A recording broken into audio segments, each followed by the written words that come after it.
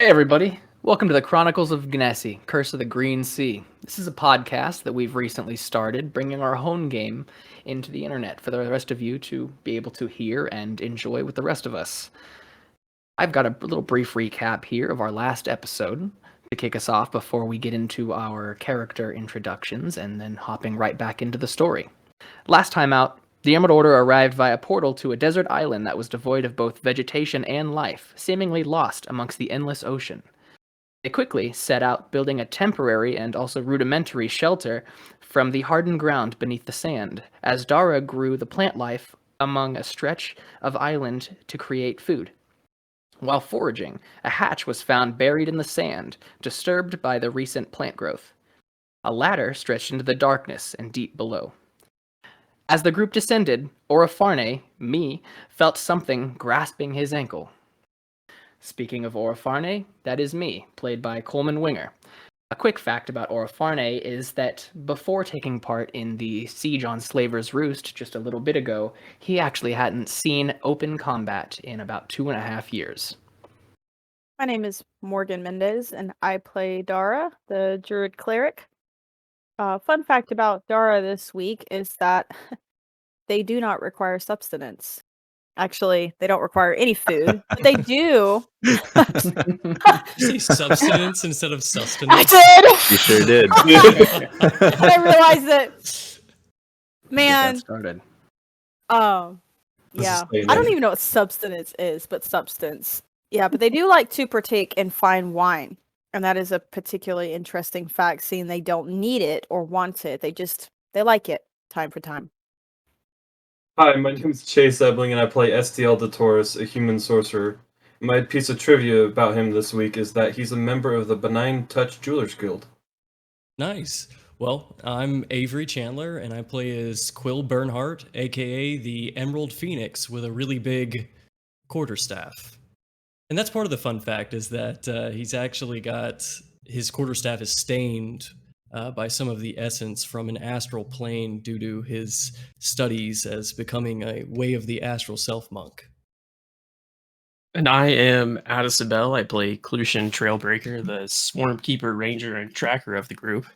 And my fun fact about Clutian for this week is that in the world that he came from, there was like a legend about a ranger that could shoot 2 to 4 arrows all at the same time. And he was always asked if he could do this. And he has spent much time practicing it. And he's got 2 down, but he's never been able to get 3 down, and definitely not 4. But someday he's determined to figure it out. Hello, my name is Jackson Childs, and I play a ancestral guardian barbarian named Zhao Jinhai. Today's trivia fact about Jinhai is that he was actually part of a band back in the Mauritian jungle. He played acoustic drums that he carries slinked over on his hip. However, he's been known to break them a few times. Hi guys, I'm Marshall Mendez, the DM of the group. My fun fact today is not a fun fact, but just the fact that I have a lump in my throat that's very sizable on my thyroid, so it hurts to talk and breathe. So if I sound funny, that's why.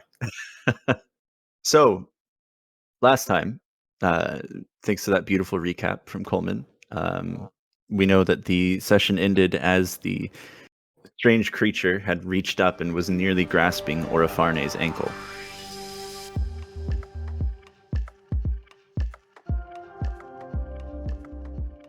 I'll say that because of the ability that you had active last time, you have a chance to react however you wish. Looking below, is it just ascend from the darkness completely and I don't see any farther than that? Looking down, you don't see the bottom of this ladder just yet. But you do see this very strange looking creature. You can see these long fingers that are maybe, I don't know, like 10, 11 inches long each. They're kind of curled and gnarled and pushed around almost like broken on the hand. Some of them bending the wrong way. One of the hands is like grasping one of the rungs of the ladder, and you can see the fingers are just twisting and hang a good few inches down below where the knuckles have grasped. The arm itself, as you look down, it's this thin, emaciated forearm that gives way to a large, muscular bicep. The forearm itself probably being about 4 feet long. And looking down, the bicep seems to extend, that whole upper portion of the arm seems to extend another 3 feet. And you can see a terrible, terrible face looking up at you, half rotted away. This bestial kind of, imagine like a werewolf head, but half of that head is completely rotted around the face, leaving the skull. And you can see like one eye just looking up at you, whereas the rest of his face is completely gone as a skeleton. The mouth is hanging open with a few pieces of meat kind of connecting it still. The tongue is this long, long, terrible tongue that flicks out toward you. And you can see it has teeth. And it's reaching for your ankle. Is there actual space in between us, or is it about to do that and now you're giving me a moment to do something? It's about 5 feet away. The hand is about 5 feet away, creeping up toward you, shooting out blindingly fast. Had crept through the shadows prior. Okay. He's just gonna go, oh shit, shit, shit, shit! And I'm gonna cast, he's going to reach his obsidian hand down below him, and he's gonna cast Fog Cloud right beneath him, and you see is just black, thick smoke just pours out of his hand beneath him. And then he looks up and he says, it's something fucking creepy down here. Everyone keep an eye out. Do I have some type of reaction I can take in this? Yes, that's what I was about to ask you, if you wanted to do anything either, since you are right above him and can Can see. I make out the figure? Mostly, yes. It is grotesque. Kind of the same thing that Orifani saw, but getting a bit of a more... having a more obstructed view, but also because of your sight and the way it works with your shadow sorcery, you're able to see the rest of this creature's body. So, like, looking at the twin arms that are each like 4 to 5 feet, or sorry, like 7 to 8 feet long each, you can see that there's a very stunted, small body almost growing underneath the arms. So it's like the head and shoulders and arms are connected. And then there's like a long neck, almost like a torso-like neck that descends down another foot. And then 2 smaller arms, a small torso and waist, and 2 very short, stubbly legs. And it seems like it's taking hostile action, as far as It definitely is reaching up toward Orifarne. Okay. I need an intelligence saving throw, as I'm summoning the Shadow Blade and casting something. Okay. DC 17. That's a 9. Yeah, so you take, let me get my D6s. Oof, bad. 5 points of psychic damage, as I didn't mean to click that. Why game? As I cast Mind Sliver on it. Okay. And it's got a negative D4 on the next save it makes. Sure. As you cast Mind Sliver, you see the hand that's reaching up for Orifarne. The long, twisted fingers just barely grasp his ankle. And as you pull your ankle away, the spell takes hold, and you watch the creature just recoil back, its hand slipping off of Orifarne and the other hand letting go of the ladder rung. And it falls and falls past your vision until distantly you hear a loud thud as it hits the ground. He kind of just smacks you on the ankle from below you, or Farne does, and he said, well, that saves me trying to have to find a weapon here last minute then, I guess, huh? That's a nasty little creature. I don't know what the fuck that was. What's going on down there? We're having a picnic. Sounds like some picnic. I can't see past Jin. Jinhai is just like, sorry. You think we should descend farther? Well, descend into this or go up back to the heat. Yeah, I'm gonna leave my fog cloud here just for the moment and probably dispel it as we get down past it. And he starts climbing down, obviously keeping an eye below him. The creature fell for quite some time before we heard a thud. Yeah, fell for a few seconds at least. Long way. Long fall. Just I keep could climbing. possibly toss you one of these torches. I could hand it to Jin, who could hand it to you. Maybe you could drop one of them down to see how far. Count the seconds. Sure. I imagine Jin just like passes it down with his foot because he's a gorilla, so he can use them. Just like hand to foot. Yep. Yep. So I'll use. I'm not down the ladder yet, so I will use produce flame to light the torch and hand it down. Just carefully. Please hand this down to Orpharner, please. Jen kind of takes it in his foot and passes it down.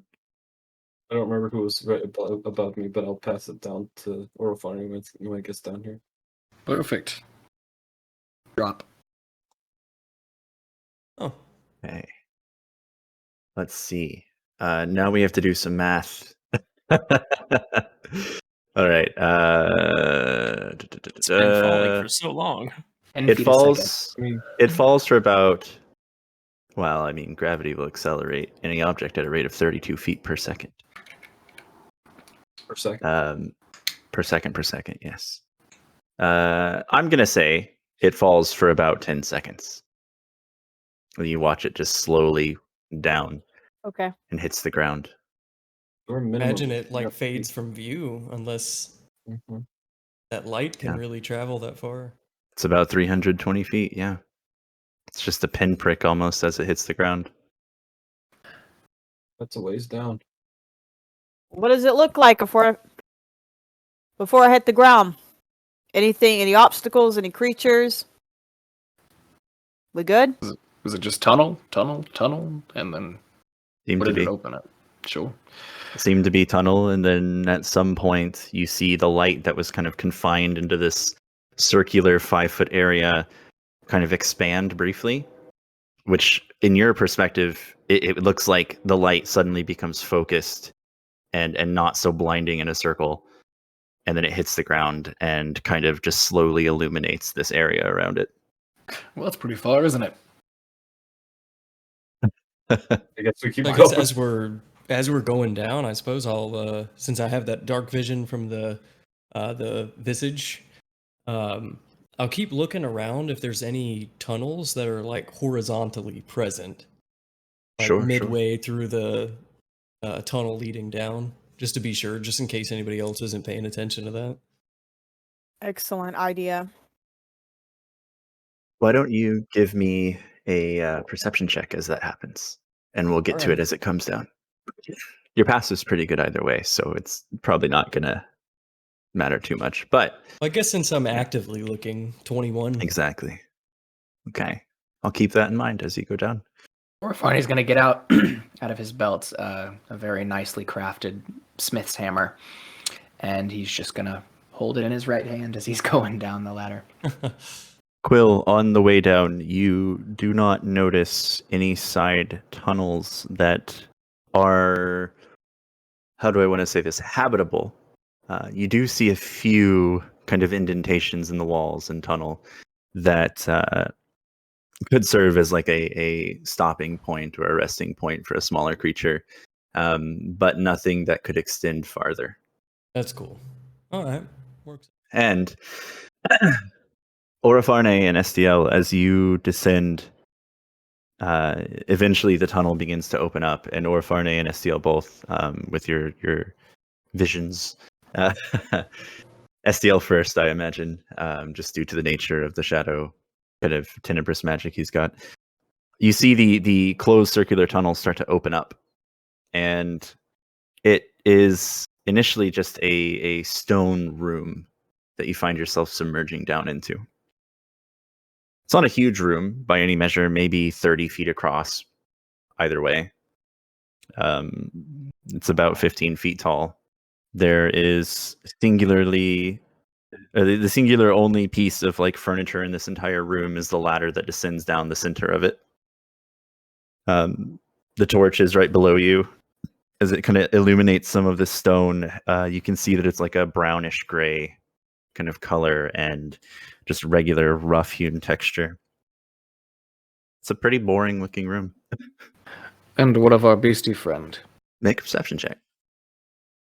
I was going to be looking as well, so can I give him advantage? Sure. Let's see. Let me see here. This is also considered dim light. 15. Looking around, doesn't seem to be any sign of it.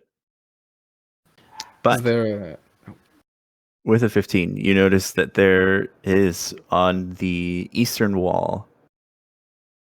On the eastern wall, there is a indentation that looks to be about 7 feet wide by 7 feet tall. And kind of exploring that kind of area further just with your vision, not necessarily getting closer. I'm not trying to, But as you're kind of looking over the area, you do see what appears to be a large stone button next to the door. Well, from my experience, buttons are never good to be pressed. Oh yeah. So we'll wait until the rest of the group make their way down. Somebody Make way. keep an eye on Quill. If there's a button. I won't press it this time. Last time we almost died. Oh my. The rest of you, not far behind, managed to make your way down the ladder. Jinhai, as you get to an area where the tunnel opens into this larger room, being able to finally stretch out a little bit starts to feel nice on your body. I kind of like. Is there enough room for me to actually like stand up fully? Yeah, it's 15 Oh, feet yeah. tall in here, 30 feet wide, Thank God. 30 feet long. Large room. He's just gonna like almost like an arch, just trying to stretch out his arms, like twisting his torso, trying to pop anything that's been tight during the descent. DM, I'm going to cast the thing. So you all watch as he takes out a it looks like a gyroscope looking thing, and kind of gives it a light spin as I cast detect magic. You get quite a bit of pings all around you.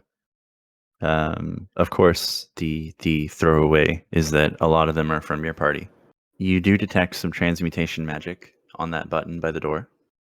In the room itself, that's the only magic you see, is the button on the door. And being as the stone seems to be thick enough to block the vision past it, that's all you got, really. Your comrades and the button. Well, the button is enchanted for sure. Maybe I changed my mind. Maybe we should just press it. Let me try just one thing very quickly, if you don't mind. He's gonna just hold up his hand and with his middle finger and his thumb pull his ring off of his left index finger and kind of do a little flourish with it, and he's gonna place it against the stone door. Is the door 6 inches thick or less? It is not.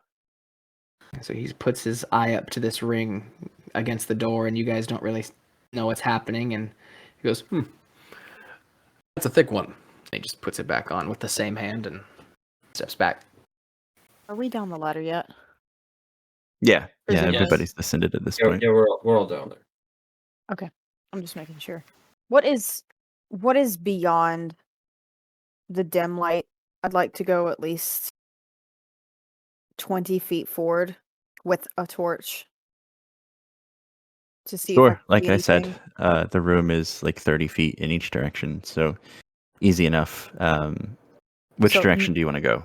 So from the ladder, north, 20 feet. Don't go any Okay. farther. Just Dara's just gonna hold their torch out. So I'm gonna to the party. I'm gonna go forward a little bit to see what's in front of us. I'm not gonna stray too far, just to kind of give us some more light. And I'm gonna go forward that distance. Do I see anything? Do I see any scrapes on the ground, tracks, evidence of any sort of life? So are you wanting to do investigation or perception? Yes, investigation. Okay. Go ahead and make an investigation check.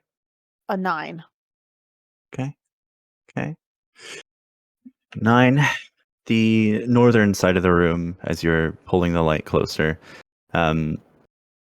doesn't reveal much. It's stone, boring gray-brown color all around you. Yeah, I'll say that you notice there are some patterns on the stone, but in the dim lighting that you've brought with you, it's not really from 10 feet away from the wall. It's on the wall. You're not Okay. able to really make out what they are. Okay. I will turn to Clutian. Yes. Can you come check this on the wall real quick? Certainly. There's some symbols. I don't quite recognize them. I'm gonna start just like walking past you straight towards the wall, unless you tell me to stop. Yeah, so Dara's standing 10 feet from the wall, still holding the torch. You NPC.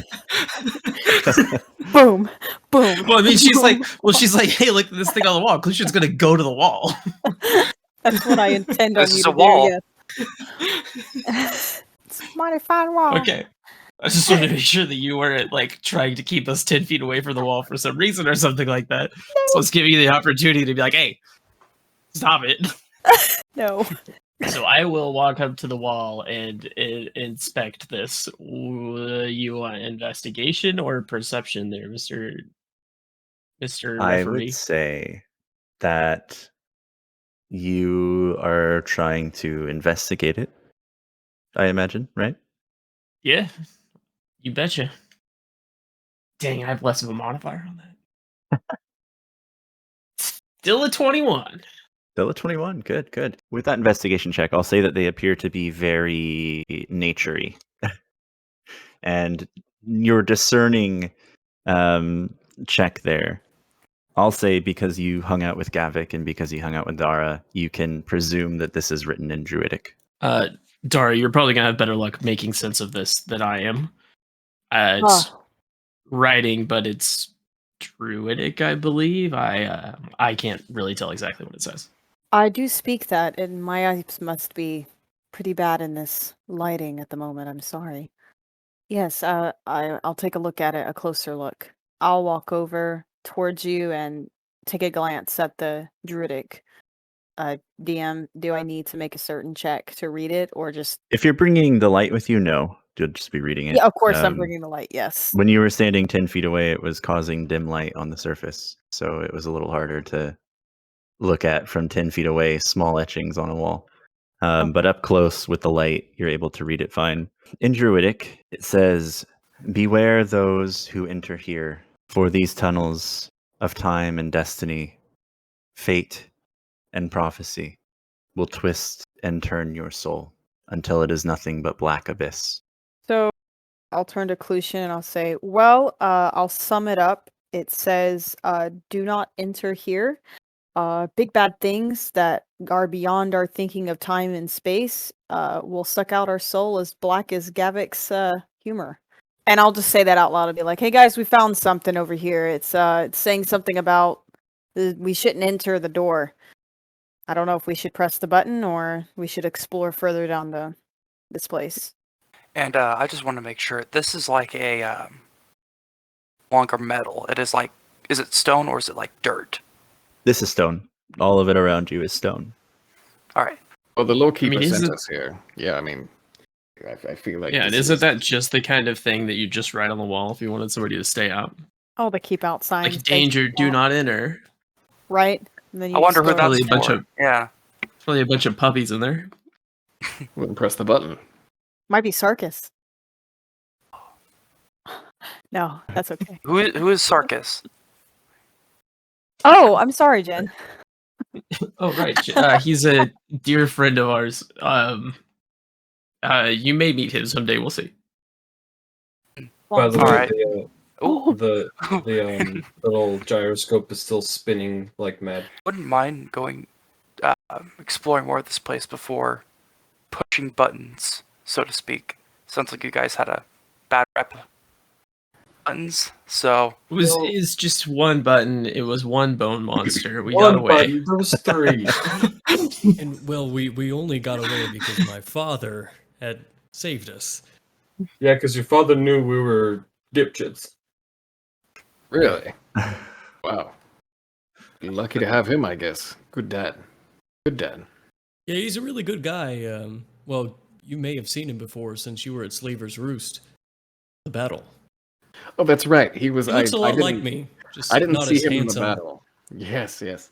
I didn't see him in the battle, but I did see him when I got to Karth. He told me that you guys came to Narosa, so that's right. Good for you.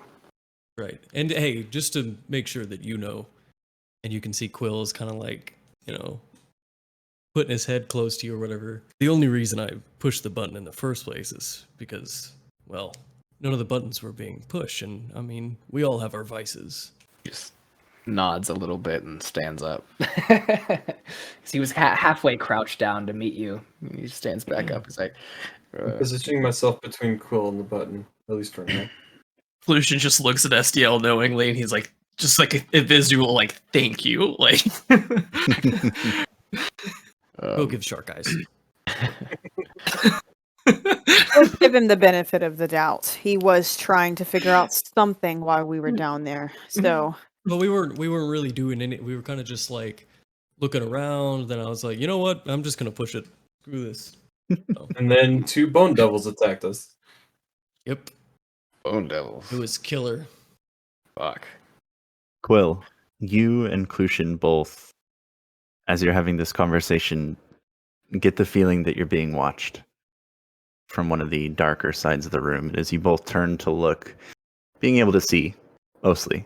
Quill, you notice at first the creature from before huddling in one of the corners, just hiding. Like it's peering at us. It is peering and leering and lurking. It's currently got its hands kind of splayed out like this. And it's got, so like its left hand is palm down and its right hand is palm up. And its long, gangly arms are lifting up this small torso and body. My God, it's like it's a just- bloodborne monster. Yeah. Dark Souls. And it's, This is not. you can D&D. see, you can see that one of the arms is completely kind of gored from the wrist down. It's missing its hand. And the other arm, and these are the arms on the torso of the body, not the arms that are holding it up. And it's holding a very long knife. And the creature is just kind of watching you. You can see its fingers just slowly kind of raking the stone beneath it. If the visage is still up, then I believe an ability of that is that I can speak to one person with no one else hearing. Of course, I can confirm that, but Yeah. I believe that's an ability of the visage. Yes, it is. And so I'll speak to Clushin in that, I guess, hushed tone. And you see the creature that's watching us by any chance? Lucian nods. Very slowly. That's smart. What do we do? What do we do about this? Could be more of them. I mean, there could be, but do we know? Did it try to hurt us? Dude, it tried to fucking grab his ankle and rip him down the ladder from like 320 feet up. Okay, With that's a kind of knife. hostile. Yeah, that's fair. Clushin reaches it. He's like, I don't have my bow. It's like Lord of the Rings when Legolas goes to grab his arrow and there's nothing there. Yeah, exactly. He's like, well, I mean, if we're going to confront it, I think we have to all do it at once. That's the only way we're going to stand a chance. We need to herd it like we are the sheepdogs and it is the sheep. That would be an option. We need to herd it into a corner. Just to confirm, this whole conversation is like in your head, right? Well, it is. So it's basically like you can direct your words to a creature of your choice that you can see within 60 feet of you, making it so that creature can only hear you. Okay. Yeah, it's like a We just- one-sided conversation that you're hearing. Okay. So it's basically I'm like just- you could be in a club as Quill Astralheart or Bernhardt and be across the room in the club and like whisper to somebody and nobody else would be able to hear it, like given that So they just hear That me vibe speaking off. like really softly to nobody. Yeah. And we can still see your lips Pollution. moving too, Quill. Your beak. he's just looking into nothing, just like pat pat pat pat pat his beak. Yeah. Yeah, Like your a mouth is doll. moving and you're like very, very softly speaking. You're just like I just want to make sure I had the image in my head correctly. Well, do you think it can hear us? I don't know. Maybe it has amazing hearing. Let's try something. What's your name, friend? Does it respond? Oh, from, like, We don't 60 even know if it feet? can talk. It doesn't seem to nothing about its behavior or stance changes as you speak to it. I try to deceive Okay. it. You can try. Hey, Orofane, Yeah. did I ever tell you about the old man that grew up in our village? Well, he wasn't a man, but an elf. He had gangly arms and a gored hand and very messed up looking face. He was such a nice gentleman, and well, he also carried a knife around with him too, and he never stabbed anyone. Did I ever tell you about that? He never stabbed Did- anyone yet. Did he look similar to the motherfucker that fell down just a few minutes ago? Yeah, I'd say they look just alike. I don't know if you saw Will that just thing. slowly turns his head back, just at the creature, just looks at it. Doesn't react. I'm gonna make an insight check. This might just be casual conversation. 12. Do I clock this or no? Like, did he deceive even me? Orfarne. I think that depends how clever Orofan is. He's average intelligence. If He's it not makes you dumb. feel any better, I rolled 9 on deception, if that's allowed. So, if it makes you feel worse, you'll need to make it at disadvantage because you're trying to perceive it in darkness in the corner, and you have night vision, which makes it dim. I need to do mine at disadvantage. Yes. Okay, the first one was a 12. This one is a 10. And he rolled a 9, you said? For his deception. Yeah. Huh? I kind of just clock you creature- looking over your shoulder, and I'm like, oh. The creature doesn't seem to respond at all to the spoken word that's been happening so far. Orfarna, you actually notice that it isn't really gazing at anyone in particular. Like as Quill was talking to it, it was not looking at Quill.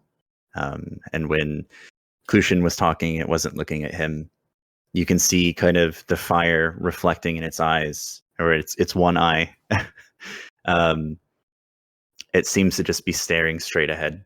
Open up my wingspan. Yeah, you open your wings, make them wide. You watch as the head just slowly cocks to look at you. That's really creepy. Might it look scared by any chance? If that's something you can discern from such a mangled, expressionless face. I was gonna say you could make an insight check, but honestly, there's not much expression going on with it, seeing as like most of the face is kind of skull. It's Perhaps in the way that it's like its stance or whatever. I remember you telling me that it had one palm up, one palm down, hold itself up, and then another hand had like a knife. Yeah. From what you had seen and with your passive, you can see that it looks like it's hiding, whether that be due to fear or due to an experienced hunter stalking its prey. It's hard to tell. Well, maybe we should just leave it alone. That's what I was thinking. Just leave it be. Whoa. Maybe we're just one person keep an eye on it. If it attacks us, then we'll just kill it. But otherwise, Live and let live. Do I can definitely look over it just to make sure it doesn't surprise us at any moment. do we really want to proceed, leaving something flanking us, just waiting for us to meet up with its family and friends? Or, when we go back up top, it climbs up the ladder and stabs us in our sleep? CL, you and I were the only ones that haven't mentioned anything during this. Would we have noticed, Marshall, any of this I conversation mean, you're watching happening? everybody else have a conversation I'm about it just and asking. reacting toward it. So yes, you would know. Specifically, I'm going to SDL. I think you Yes? have more experience with this than I do, but I'm going to try to do something if it's okay with everyone. But I wanted to ask SDLs in particular. This isn't really something that's an animal, and I'm not used to it. It's more of something that's unrecognizable. I'm thinking if I put it to sleep, we could go investigate it a little bit more without harming it and leave it. At least we know that it's asleep. That way we can kind of investigate it further to see what it is and calculate its body and everything like that. We need to study this to know it, but without hurting it. It might not hurt us. It might just be scared, but I would like to find out. On that point, DM, would STL have ever read about existences like this, aberrant or otherwise?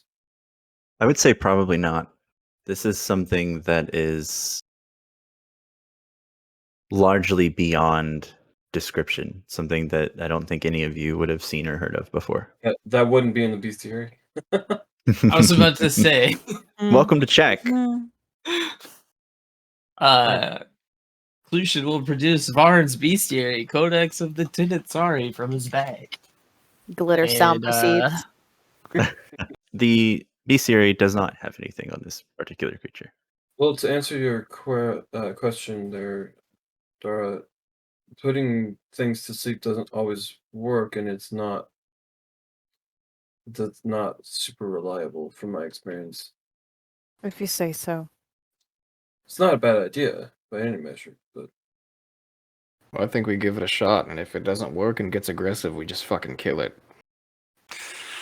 With reason that we are here in its territory and we are trying to get out. It might have something to do with us. I mean, if we've never seen anything like this before and we're in a magical realm, I'm assuming that this, obviously the lore keeper has placed this in because everything has been quite unnatural since we've gotten here. I'm just wondering if this is something created by the lore keeper to test us, and you have every right to kill it. I just don't think we should. Sure, let's just go ahead then. I'm not standing in the back. Or are we all in agreement that I could try to put it to sleep, and Yeah, then perform an autopsy. for it. Seems. not an autopsy? No. No. I'd just like Are to you a study doctor? it. I thought, well, I knew one, and by proxy, I am a professional. Good. Now, you said that you wanted to learn about it. We could use some metal off of your body to cut it open, study its parts, and learn more about it. I could hear Gavik now. Gavik would have said to take it out. Jinhai and be is done like with it. dry heaving. Like, Yeah, Jin, we're not gonna. I don't want to kill it. I don't want to dissect it. I'm not looking to learn its biology makeup. I am looking to just find out what it is closer. I need more of a view. I got your back. If anything Alright. goes wrong, I'll just fucking bash its skull in, I guess. See, an autopsy either way. All right, Works out for Are everybody. you casting this at first level or higher? first. Okay. So go ahead and roll 5d8 and give Okay. me the total. 13.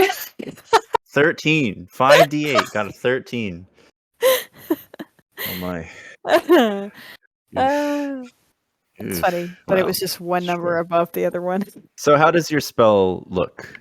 Dara will take and mold some of the druid craft to create a poppy and then extract the poppy essence out of it and make that into a mist and fly it over towards where they assume the creature is, Mm-hmm. somewhere everyone's pointing, and so flow that mist into those particles into that area.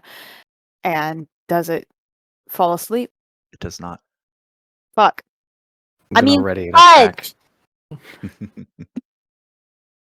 This. You So, see one of you see the like mangled, broken right arm that's missing its fist, just kind of like slowly sweep the air in front of it toward this kind of misty poppy like essence floating toward it, and it kind of lets its skin touch it, and it looks at itself, and then it lets its hand drop back down. Curious. oh, hold on. So there's still more of this place to look at, right? Is there an area beyond this creature? We have not moved forward out of the lit area. You're currently in the northern part of the chamber. You know that in the eastern center part there is a depression and a button.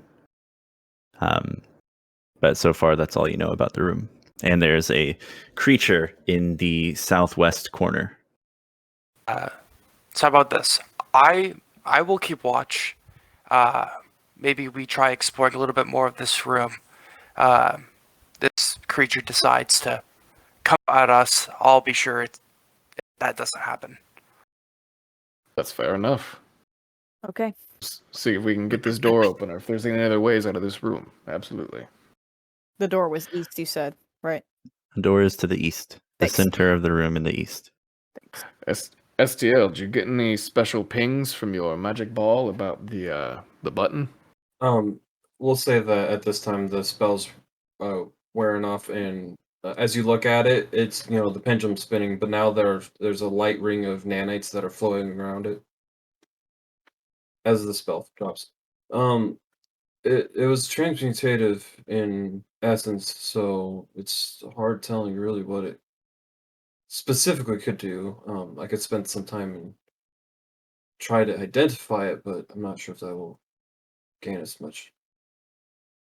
Well, what we could do is have all of us climb halfway up the ladder and have somebody else just press the button.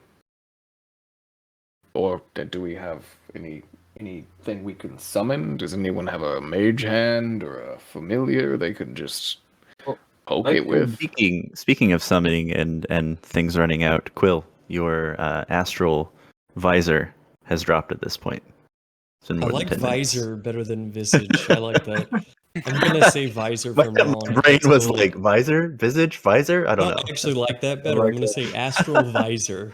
It's That definitely goes better away. than Cool. That torch is still lit, right? Yeah, the torch is still going cool. for So now. we can It's still very see lit, out fam. a little bit, but not. It's like a horror film now for Quill, where the lights kind of go out. Yeah, can you watch barely as you can the see thing this creeping from the creature. fade. Yeah.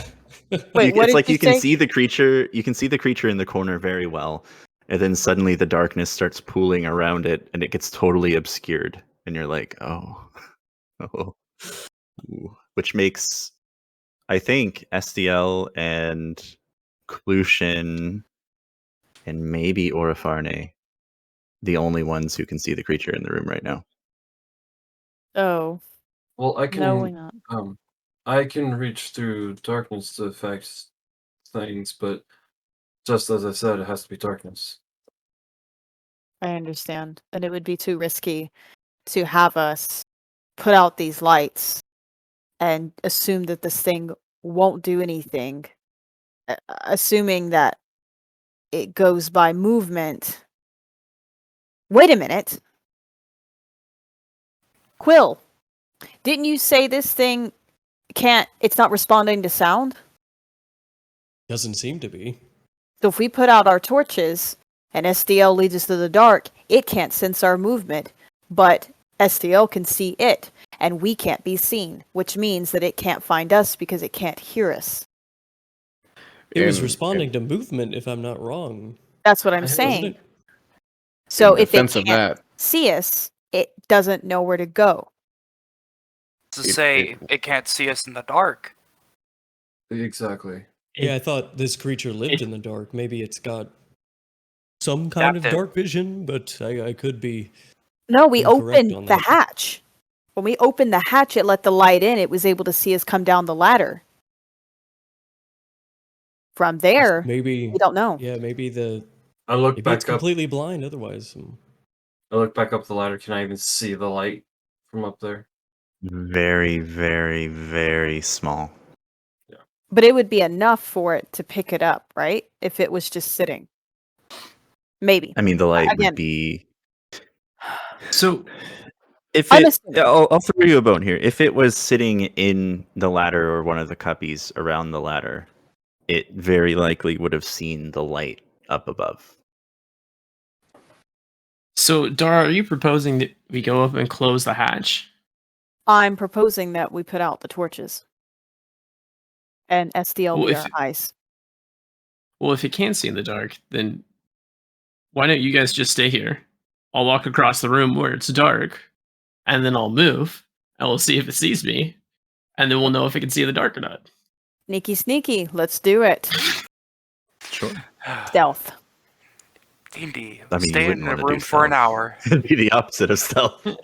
SDL, I know it's crazy. I know it's crazy, SDL, but I just have to know how this creature works. I would rather know So- it than kill it. it'll be a I lot will- simpler if it stops breathing. Now he sounds like As if it was Gavin. ever Yeah, breathing to that's begin with. definitely something Gavik, our friend Gavik, would say. we've Which, got another one. oh Another my. ruthless killer. No. I'm just impatient. It's fine. I'm indifferent. Lucian, you are separating and moving over there? Yes, very carefully, Sure. and making sure that I don't walk into another one of these things. You watch as your movement attracts its head as you're in the torchlight. As you leave the torchlight and feel pretty confident that you're doused in shadows, at least dim light slowly moving around, trying to get out of the area of the torch into the total darkness. Its head stops watching you and turns instead back to the group. Fascinating. Fucking How far away from it am I now? If you have moved, how close are you to the door?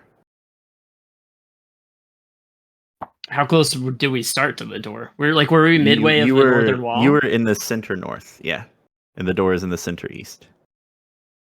It is Okay, in the well, southwest corner. I would have just tried to go pretty much straight across the room, Okay, past so the ladder or straight whatever to south. Okay. however far it took to get out of the torchlight.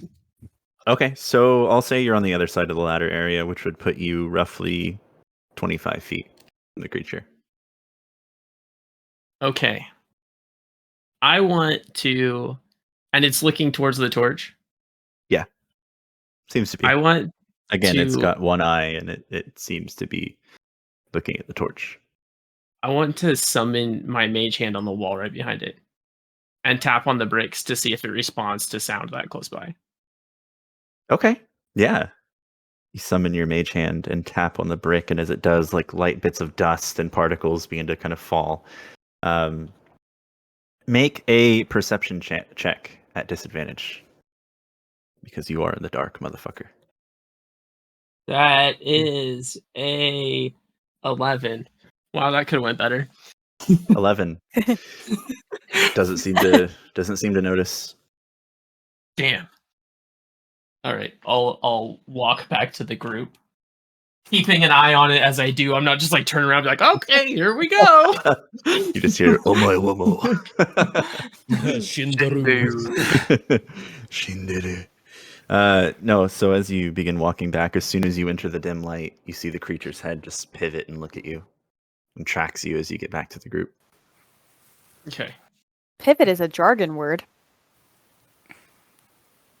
Sorry. You too. I do not require The more you know. Fucking got him. I am Dara, and Okay. Dara is me. Okay. I learned So- that on a podcast the other night. Anyway, So it cannot track us in the dark. It seems to be reliant on the torch. I also tried to see if it responded to sounds or movement that's very close to it without a light source, but I couldn't tell for sure whether or not it was reactionary to that. then my assumption is correct. If we go dark, and not in the sense of like Jack Bauer on 24, but Oh my god. where's that ghost going dark? Anyway, being in the dark might help. I also have another assumption, and I would like if you all could hear me out on this, but the door said where we enter there that our hearts darken.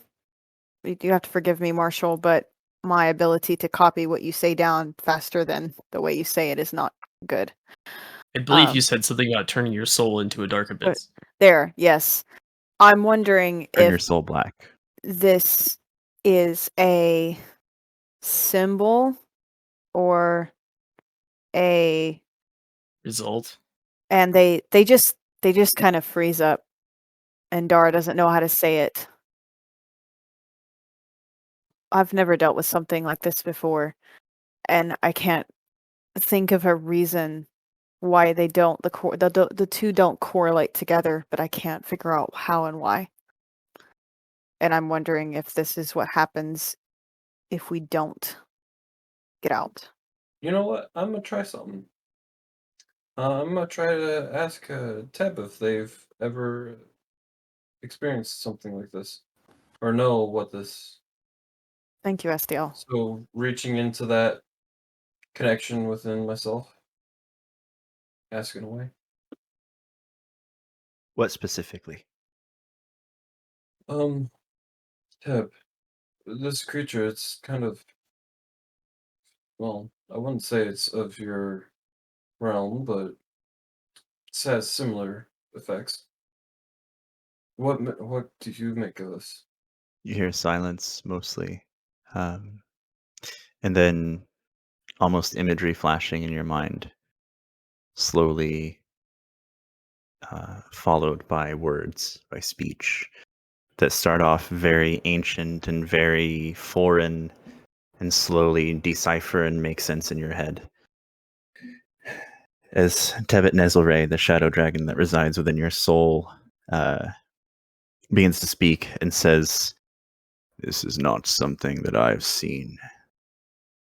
This creature is something inorganic, false life, perhaps.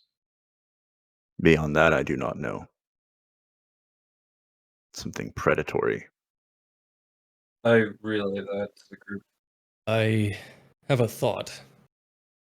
Being as the speech that was written in Druidic, I assume other people have been sent here before. Think that this creature could be a result of someone's heart turning black. That's Mhm. what I'm beginning to wonder. I'm very good and observant. Thank you, STL and Quill. That's where my mind was puzzled, and I can't figure out the riddle too much, but I think that is what the lore keeper is trying to get us to understand. With my previous knowledge of transmutation magic, maybe the button would transmute an organic being into something like this if it were to be pressed. It could be a trap or a test.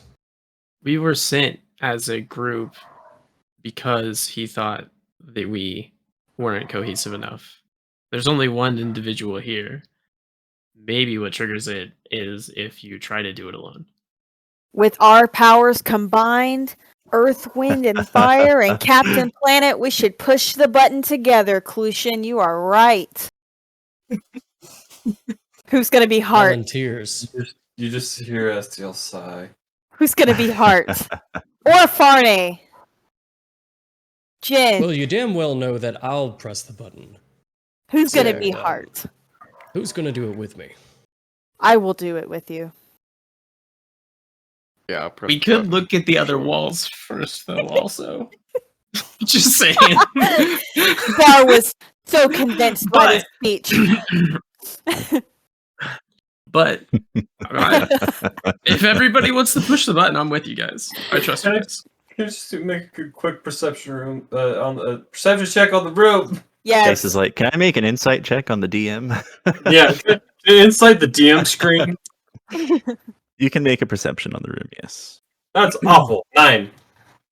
9. Lots of boring stones.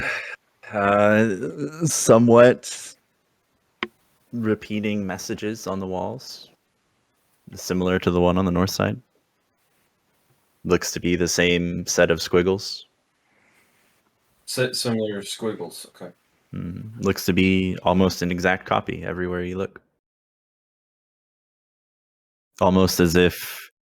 I'll give you this one. Almost as if the writing had been frantically carved. Just over and over and over and over. Like this being here's the one that carved it. It's not always uniform. I'm gonna scoot a little closer to this thing so I have it in my sight.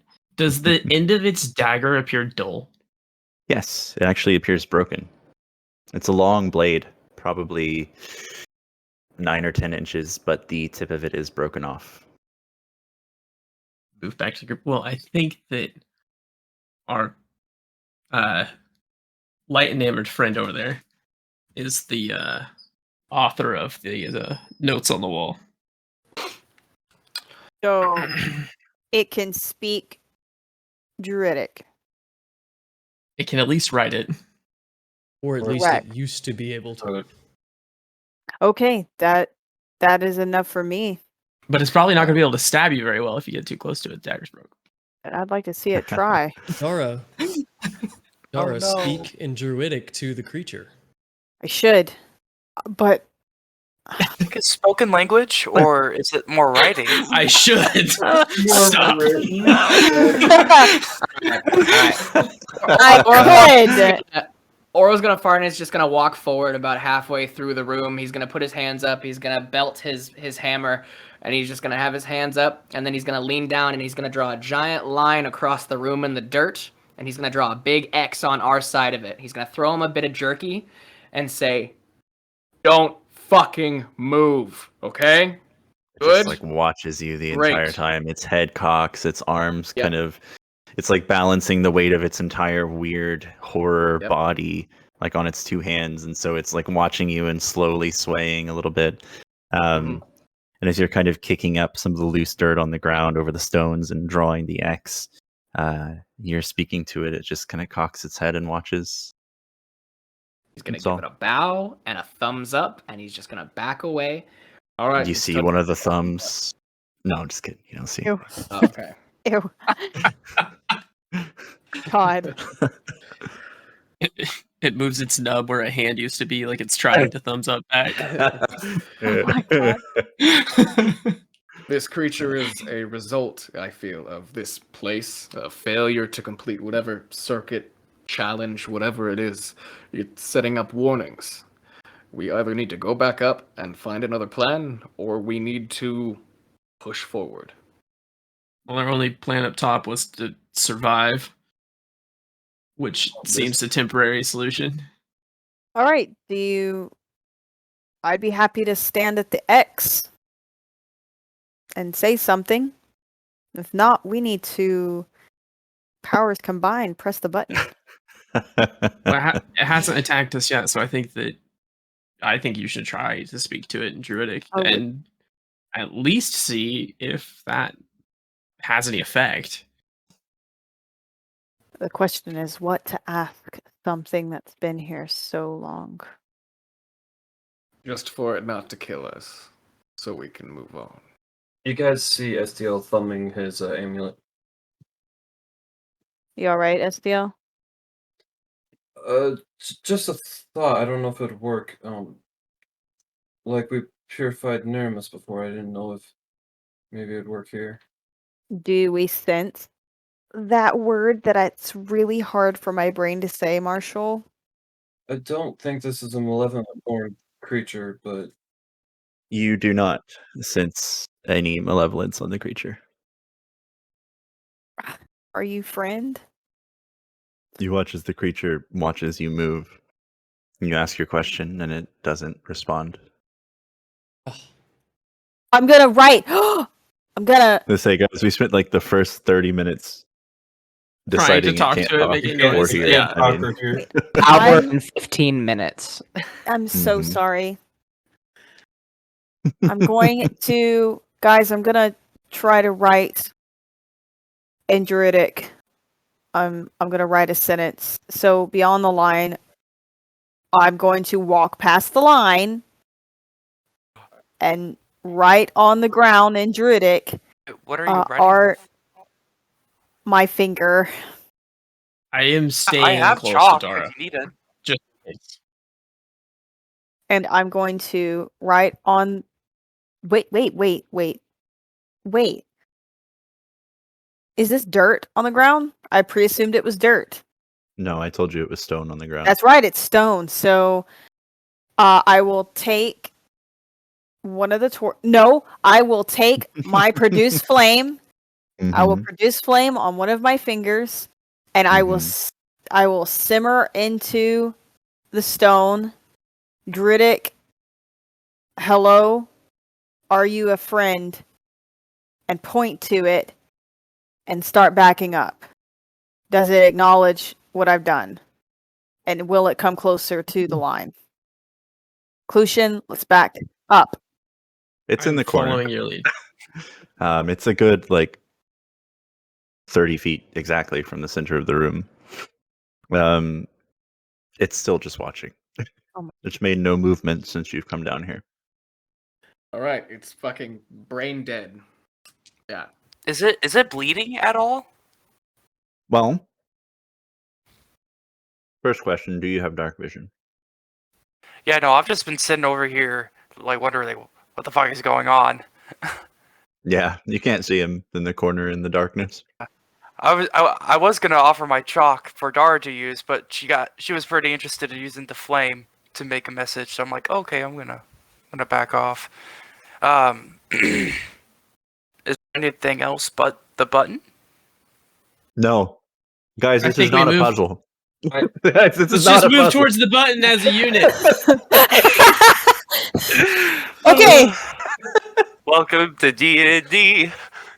are we? A chair is Marshall's not a like, I made a chair. room with one button and a monster in it, and you guys wasted a fucking hour and a half trying to make it a puzzle. You should know our Am I right now? Insight check. I want to know this creature's name. Carl, I guess. As a group, can we push the button? Yes, Yes, all of us please. at once.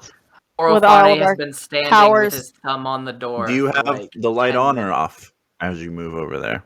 Well, I'm shit, still- is that The light is on because I will be It was looking your back at the idea. creature I'm as just we bringing do it back up in case you forgot. The light is on. Okay. I'm making The that. light is I'm on. taking a You decision. guys move over to the button. You watch as the creature just cocks its head and turns its body slightly as it watches you. It takes 2 lumbering steps on its hands, and it stays there watching. For our audio audience, Orofane is pushing the button. I'm also pushing the button. I think we should do this together. See, I'm, this like, is just, like, exactly resting why I my push hand on buttons. okay? You're the only one in the room this time. We don't have a choice of 3. You push the button, and you hear this large, like grinding noise. This like kind of noise as the stone begins to slowly pull away from the center out, and the door is kind of replaced with a dark purple portal. Oh boy, more portals. Okay. Lucian's going to take a torch and hold the part that you would light and push the other end into the portal and pull it back out. Does it appear the same? Yeah. Well, that didn't really tell us anything except for the torch being burned. Or Farney's gonna stick his obsidian arm in and then pull it back. Anything at all? It's your arm. Nope, he walks in. You're all so indecisive. And he walks in. Fair enough. Clushin will go behind him.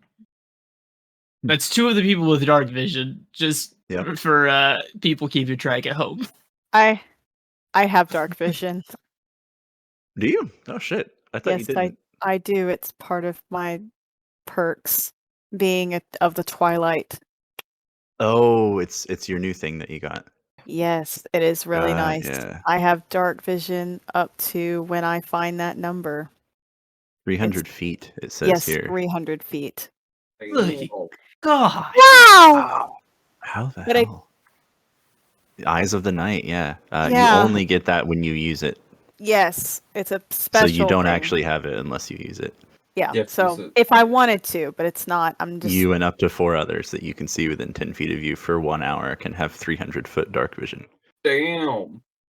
It's a nice thing. But again. Oh no! You have it all the time. Sorry, you can share it once per long rest. Oh, then I read that wrong too. Okay. Yeah, cool. I did too. Still. There you go. I read it as you were reading. I was like, A yeah, lot of that's fine. fucking dark vision. Yes. So, Anyway. Forna, you come to this side of the portal often? Does everybody step through? I guess Yes. it's just. I'm ready. Mm. You get to the other side. You're standing in a forest. Great tall trees all around you. One tree stands far above the rest. You can just make out some of its branches and boughs. It's pretty far away, but it's clear this tree is massive. Glancing around, you can see at first what appear to be carvings in some of the large trees. And upon closer inspection, you notice them to actually be kind of like stairs winding around. And what you thought at first were just large boughs are actually bridges in the trees that are carved to look and act like branches. You hear a voice in the sky above you and recognize it instantly as the Lord Keeper. And we'll see if I can do that voice today. I thought you said the Lord. Recognize it as the The Lord Lord. Keeper pretty much instantly. And it says, "How long did it take you to go through a single room?" An hour of playtime. No, I will say, we did not make much haste due to our cohesion and collective efforts of keeping ourselves alive as we had detected transmutation magic on the button. So we thought perhaps that it was a trap, and working together, we came to a deduction that it wasn't. And the button, and here we find you. No response. Dara, the area around you is very familiar. I heard trees. This is an area that you remember from long ago. You're near the world tree in the Deepwood Forest.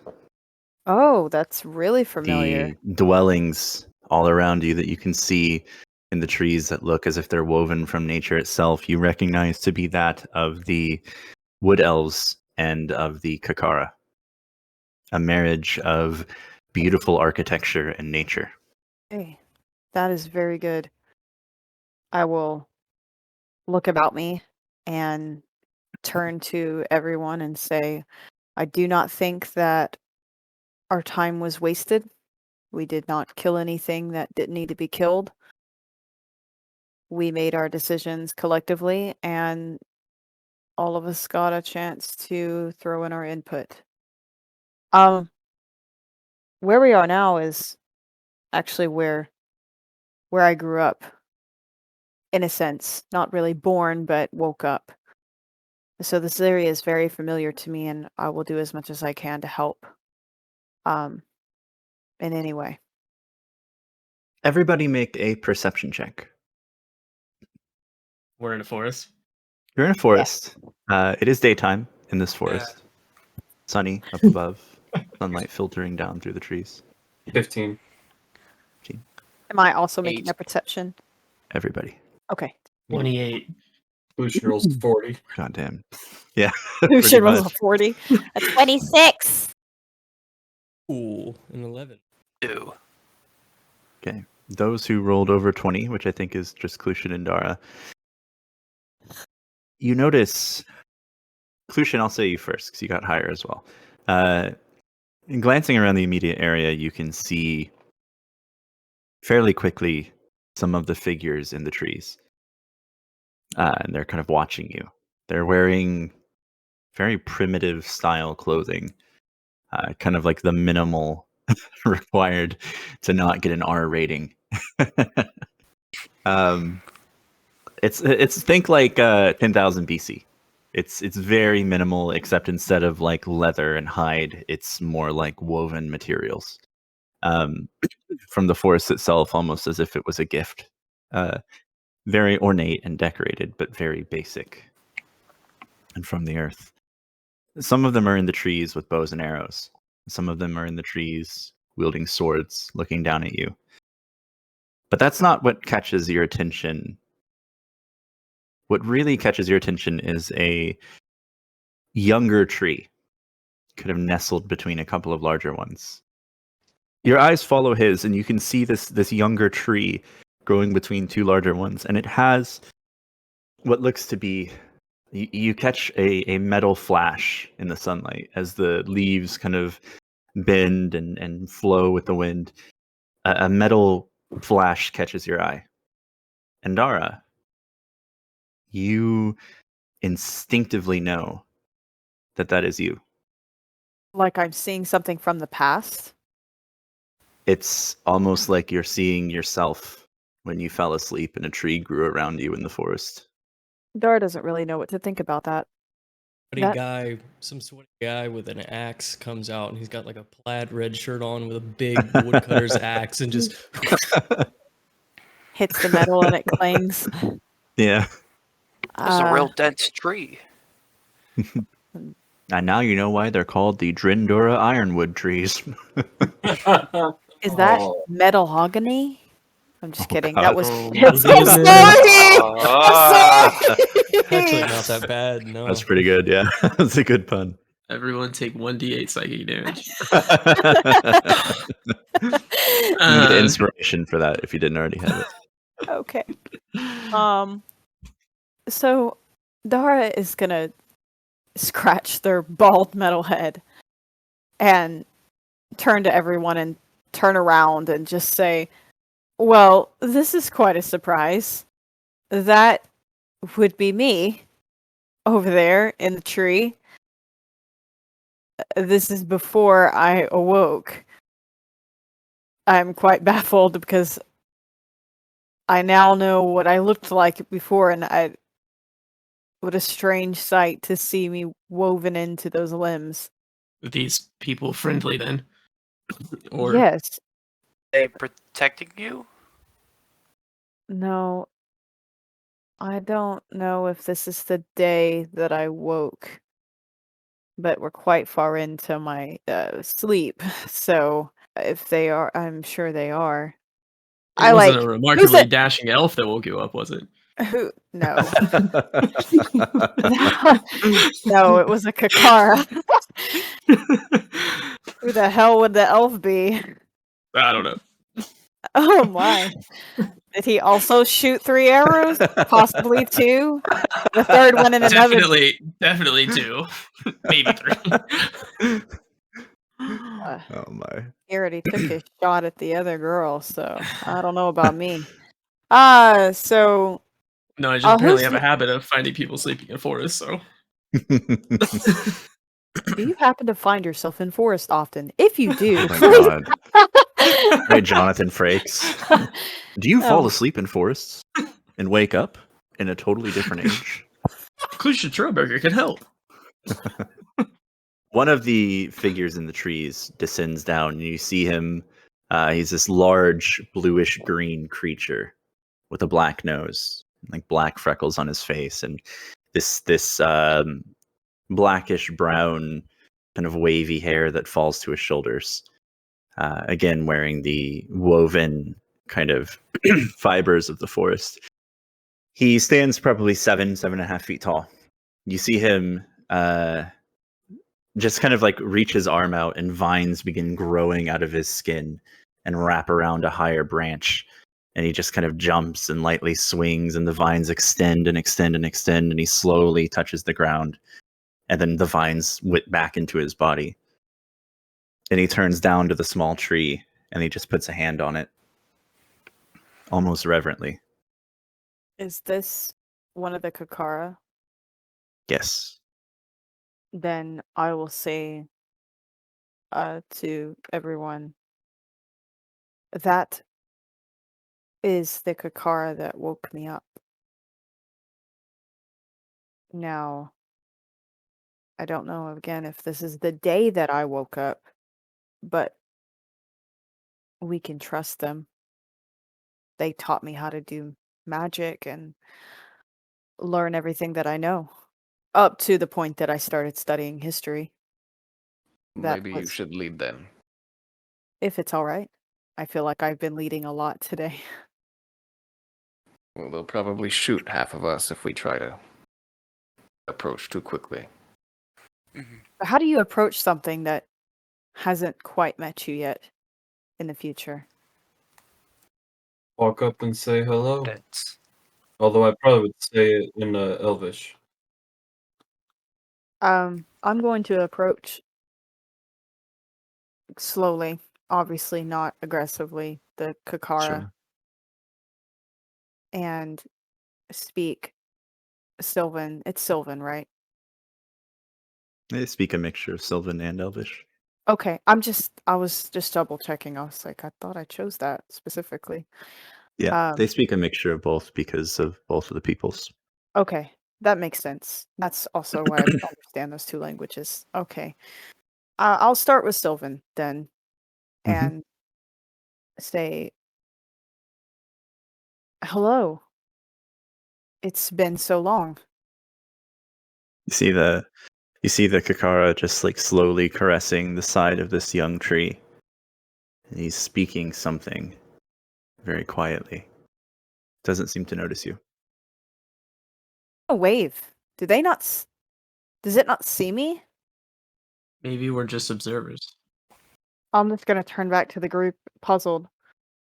I'm wondering As if you we are turn in back, a what? here's an important thing. As you turn back, you see all the group watching you. What group? Your group. Watching you. Your people. The Emerald Order.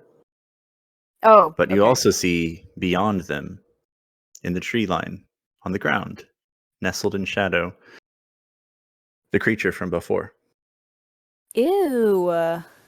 ooh. No. standing on its knuckles, just watching. Ew. That just made this whole nice memory tainted. And as He's- you Uh, kind of glance around, you see a second one in one of Ew. the trees, just holding on with its elongated arm, just watching. I'm gonna make the group aware that there are two of the nasty crawly creatures near us now. Two are watching us. Maybe add a section in the Tome of Beasts and call this thing a nightmare. One-eyed watcher. It's a watcher. A That's what it one-eyed is. watcher. It's a I don't know watcher. that it.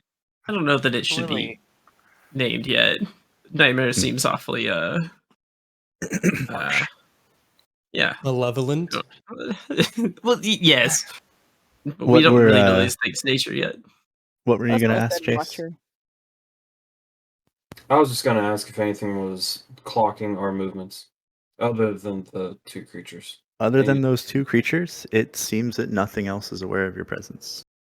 So this Hmm. is more of a false reality. Does the second one also have a knife? No, neither of them do here. Fantastic. Neither of them do here. So One of maybe them that means has, or they both have their arms. All four of them. They're 4 arms. I mean, not four of the creatures. And And- their arms are whole. Their arms are whole, and they seem to be dressed vaguely in the similar style of these people. And you watch as the one in the tree is kind of standing, or kind of like hovering, holding onto the branch over one of the elves within maybe 5 feet. And you watch as the hand that's not hanging on just like slowly grazes the top of the elf's head. And you can see in that moment the hair just kind of blow almost in the breeze as the fingers are, moving through its hair. All right, so obviously we're supposed to be here. The lore keeper specifically spoke to us through whatever. These two things are here. The lore keeper said one thing to us since we've been here, and that's that we took too fucking long to do something. We need to, as a unit, try to push this forward. I think we all, as a group, walk up and try to speak to whatever that is up there, that person. The really tall one. Try to actually Kakara. initiate Kakara, sure. Try to initiate something. Maybe try to speak to these people because we're standing here watching. We already tried to speak to it and it had no response. I think we only need did. to. Wasn't that from True. like a distance though? Yeah, only I did. And I believe that Mhm. Orifani is right. From a distance. Let's walk up and talk to him. Yeah, I Then- have an idea. Dara, you said like you were reawakened by like magic, so to speak. Yes. And no. Uh, That is a question that still is Maybe unanswered from my past. maybe the play here is we waken you. yeah, that's what exactly wondered, what is I was maybe we thinking. have to assist. Yeah, maybe what if you try to wake yourself? Sure. Again, I don't know how I woke up. And I just know I did wake up. Let's work together on this and let's walk over there and figure it out. I don't think we need to worry about these watchers. They haven't done anything to try to harm us yet. They seem to be content just to spectate. Sure, you move closer to the young tree of Dara. As you get closer, all of you can see now bits of Dara's forearm are poking through the tree, casting this glint of sunlight. You can see like the side of Dara's head kind of poking out part of the tree. Part of Dara's legs kind of stretch out, forming one of the roots. Very much entwined in this tree. The figure is still just softly speaking to the tree in Sylvan. And those of you who speak Sylvan, which I believe is just Dara, Elvish here, so I could be wrong on that. This year as well. Celestial command. Hey, don't read my sheet out loud. Yeah, I think it's pretty sure it's just Dara. So yeah, Dara, you hear him kind of quietly whispering to the tree, basically giving an affirmation in love, saying this tree will grow strong and it will become the protector of the forest. It will revive the world tree and it will prevent it from withering.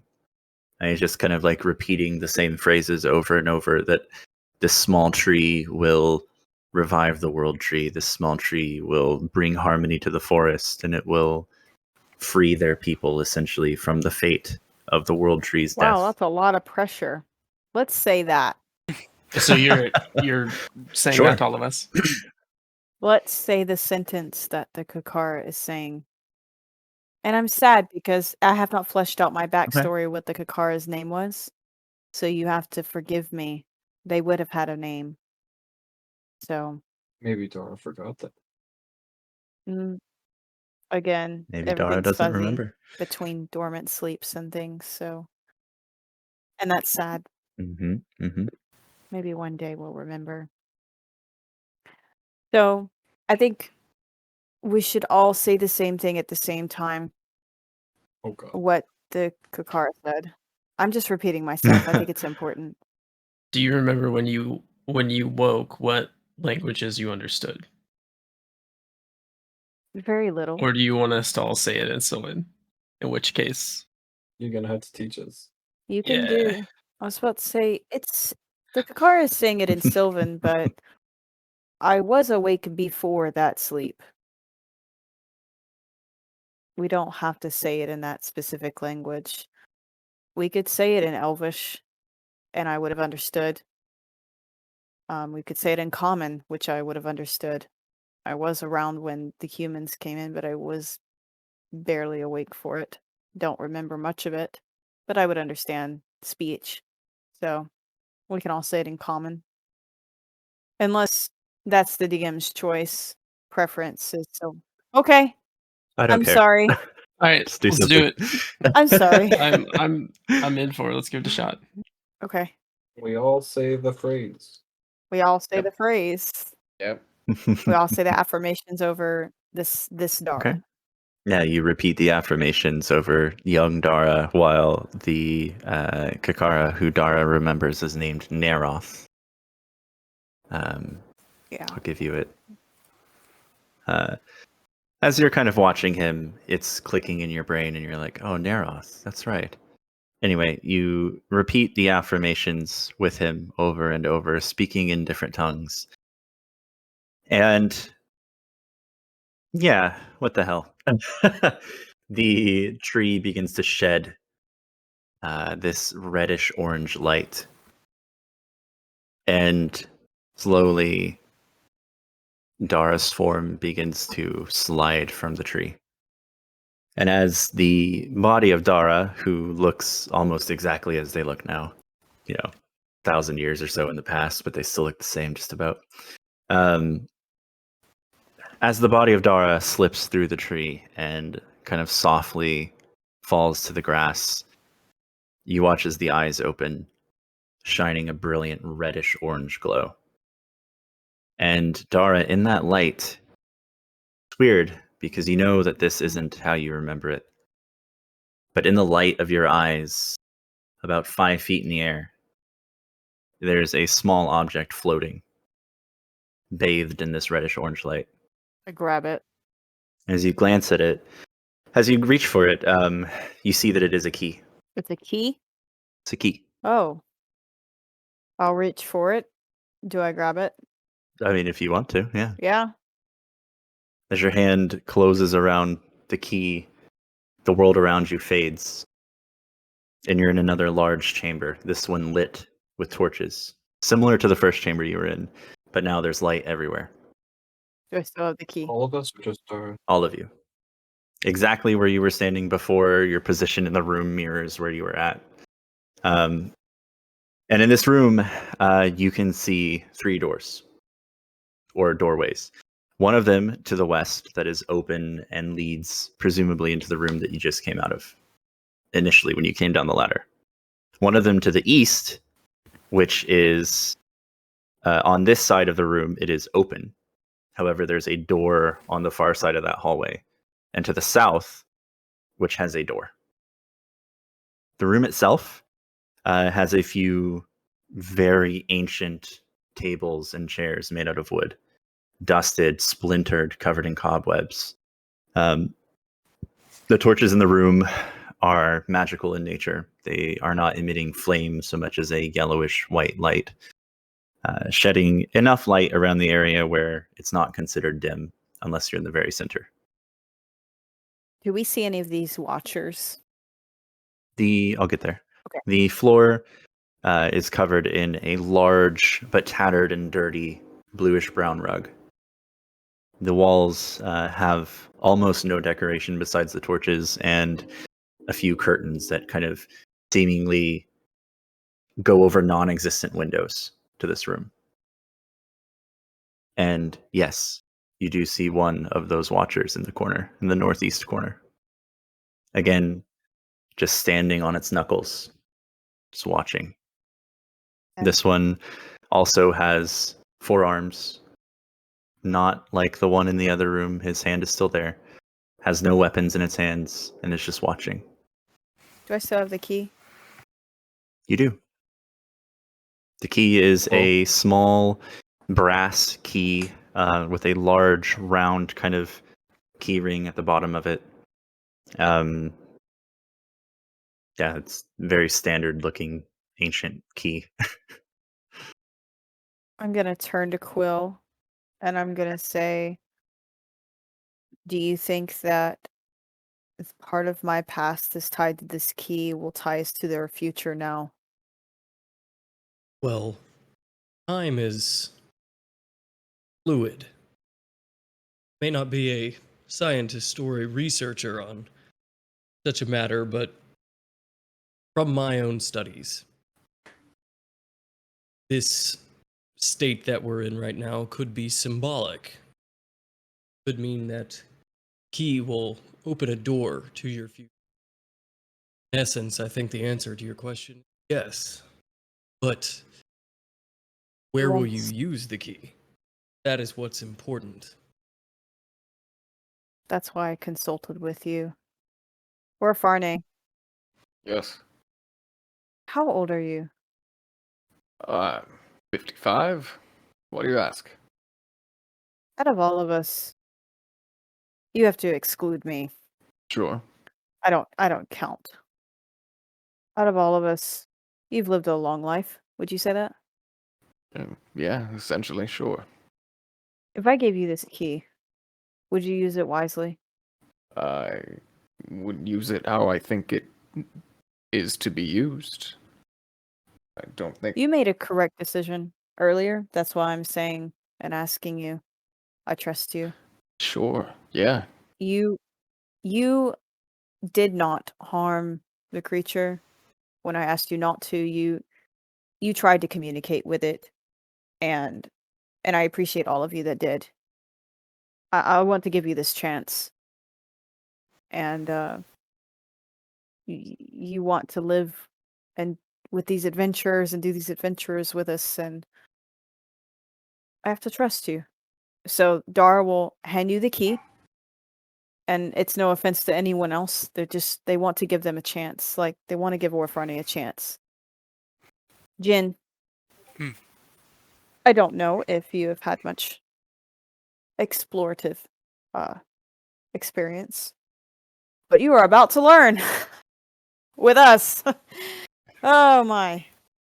I need to take a breath on what just it's almost like walking into a memory that feels real and acts real, but it isn't. And I'm gonna leave it at that. Just out of character so Welcome that to my world, we Dora. have more time. I'm hogging the spotlight. That's why I'm saying that out of character. I want No one's pressuring you about Yeah. that. Chase was just saying, "Welcome to my world" as a character. yeah. Man. What the fuck? So Orofarne has the key. I Yes. suppose so. All right. But I suppose the next play is pick a door. Well, let's see where it fits. Maybe it fits in all of them. Maybe it only fits in one. Where do you go first? We have the hallway and then the south door, right? Yep, east or south. Yeah. East, there is an arch that leads into a hallway with a door at the end. South is a door. I'll probably just go to the door that is immediately in the room. That's just south. Yeah. Okay. Does it got a keyhole? It does. So you stick the key in, you give it a little Yeah. jiggle, and it does not unlock. He turns around and he says, "The funny thing about timelines is they are fabricated or eviscerated, destroyed at every decision and every turn. So that timeline is no more." And he just walks to the east. Fair. All right, I like it. Walking east, you enter into the hallway, and as you're kind of getting close, I'll just tell you this: as you're getting close to the hallway, the archway that leads into it, the hallway is only about 10 feet long. The door on the other side is seemingly made of heavy oak. Again, it looks dilapidated and ancient, almost like barely on its hinges. The hallway, however, has interesting kind of design. The ceiling is high and vaulted. It almost looks how do I want to say this? Like tropical. Like the boards It's strange because you go from the stone room, and then as you look in the hallway, you can see stone walls, and then what appear to be like teak-colored boards that kind of make a vaulted ceiling. And there's no decoration on the walls, but the floor, you notice, is has grass starting to sprout between some of the stones. Ooh. Well, let's see which timeline this one takes us to, and he just inserts it. Sure. First, is everyone going into the hallway? Is anybody No, staying I was behind? playing to stay with the group. Yeah, I plan on going with the group. Okay. As you enter the hallway and you take a glance back, you can see the original Watcher with its knife and its broken arm standing in the doorway to the west. And you see the one that was standing in the northeast corner of the room is now standing directly in the center. And as you cross that threshold into the hallway itself, you are looking inside this hallway from the room, and as you take one step forward where you expect to meet stone and grass, you instead meet wood. And you hear, and Orfarna, you hear this first. You feel wood beneath your feet, and you suddenly hear what sounds like monkeys kind of chattering all around you. And it's this strange, like, guttural, like, and very expressive at the same time. And as the rest of you walk through, you notice that around you is a jungle. And Jinhai, you immediately recognize the language as Macanesian. Oh, And you're looking around, and this place feels very familiar to you. This is just outside of Baronia. You're glancing, standing on this tall raised platform in the jungle. Around you, you can see what appear to be two rows of vines extending out in opposite directions, one heading north and one heading southeast. And to the southeast, you can just make out these stone temples kind of rising out of the jungle. And to the north, looking vaguely through, you can see small kind of dwellings that have been created in the branches of the trees, but also on the ground, you can see people that look like Zhao Junhai. They're kind of training, walking around, patrolling the area. In the trees above, you can see people that kind of look like Jinhai, but they're smaller, more monkey-like rather than gorilla-like. And these beings, the Amak, are currently running up and down the vineways, using them to travel quickly and safely throughout the jungle. You're standing on a wooden platform, and in front of you is a strange sight. Despite the architecture of this area and the nature of where you're at, you see a very humanoid tavern existing on this wooden platform. And you get the feeling, and Jinhai, you know this to be true, that this is meant to be a kind of tourist spot for humans and elves and more bipedal creatures that are deep in this part of the Emerisian jungle. it's at this point that Zhao Junhai probably was towards like the middle of the group as we were walking through, but he's kind of like like subconsciously like moving his way towards the front in excitement, looking up, and is just reminiscing. You know, I tried climbing the vines one time, but that didn't go well. It's just like kind of like glossing over the field and is starting the beeline towards the tavern. The rest of you, as he says that, you kind of glance over at the vineway again, and you notice that it's only the smaller Imok that are using it, and the heavier ones are definitely on the ground. So you get a fun mental image there. Approaching the tavern, Jinhai, you kind of the excited nature of your steps kind of fades as you get nearer, and you see someone. You feel this deep sense of guilt and shame as you look at this person. Like you described, my footfalls very quickly like diminish. How's he looking? How's he looking? He looks hurt. He looks very hurt. And you're starting to realize that if this is indeed time travel, like Dara seemed to be of some nature, this must have been shortly after the incident. Just stare at him for a little bit until like the party catches up. You doing all right there, Jim? No, not really.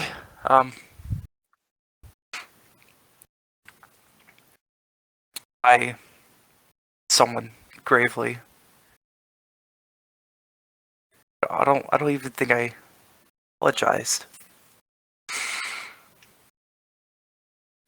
I just remembering, and he kind of like pokes his head out the way and points a finger, running towards the main city. Maybe follow the same path. I'm not sure. So what happened? Yeah, what is going on? Dara's just gonna put a hand on your shoulder. Just you can talk to us. So, I was just minding my own self. Sitting around with the other Wushi, Before I know it, I started talking to a friend of mine, and he gestures to the Wushi you see before you. This was Shang Delun, a close friend of mine. We thought it would be a good idea to go out and spar a little. In these, and at least here in these parts of the city, or I guess this town in general, everything is a lot more self-taught. So we were doing ourselves both a favor. With Delune, how do you say it? All I remember is we were talking back and forth while we were fighting. Things that have been going around until he mentioned a friend of mine. He started talking about Jing Fei. She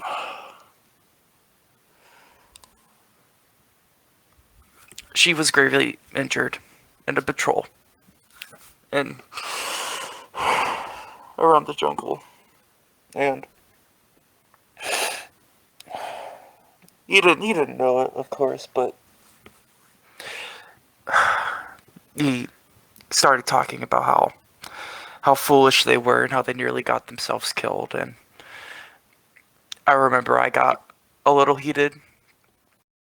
We started talking back and forth until the next thing I remember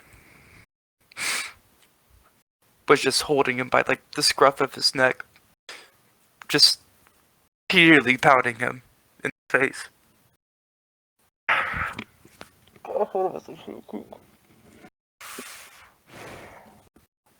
After that, I ran towards the path, towards the main city.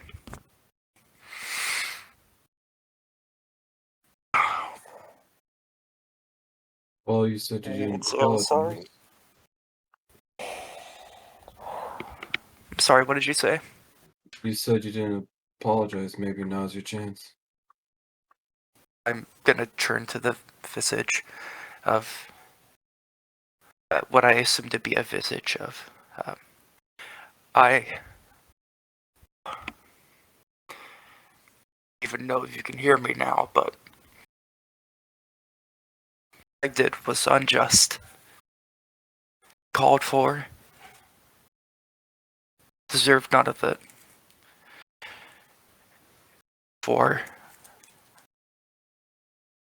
I'm deeply sorry for what I've done. I hope time you will come to accept my apology.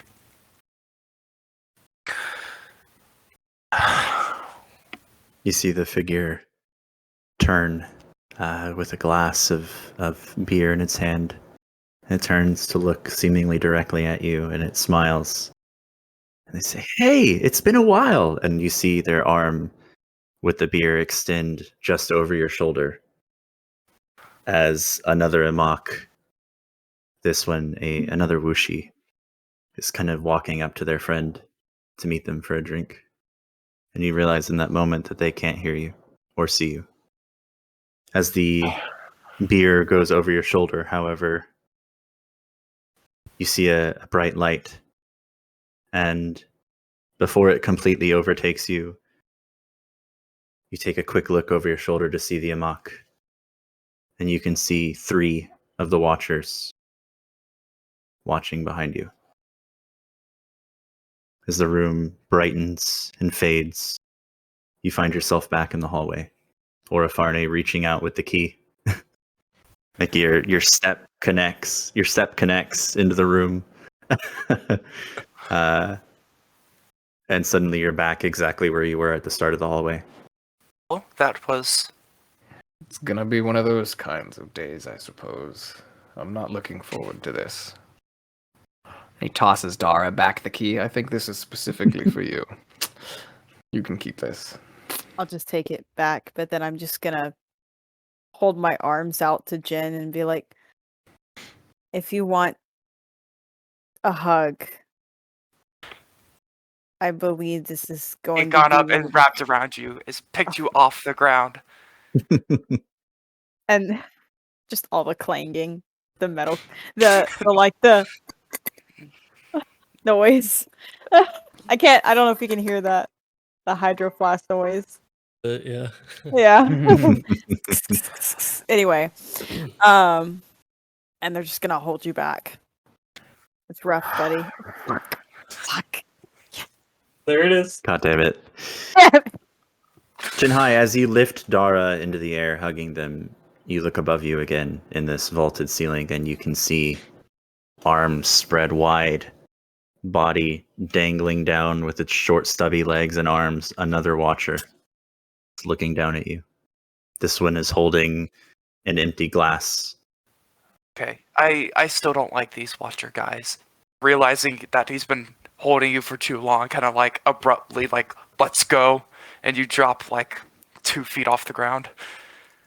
That's But okay. you're actually quite tall. You drop more like a foot off the ground, a foot onto the ground.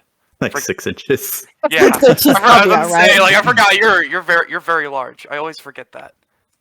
So I kind of like the embrace of something, like someone as tall as me, larger than me. Feels like I'd be like, wow, that was great.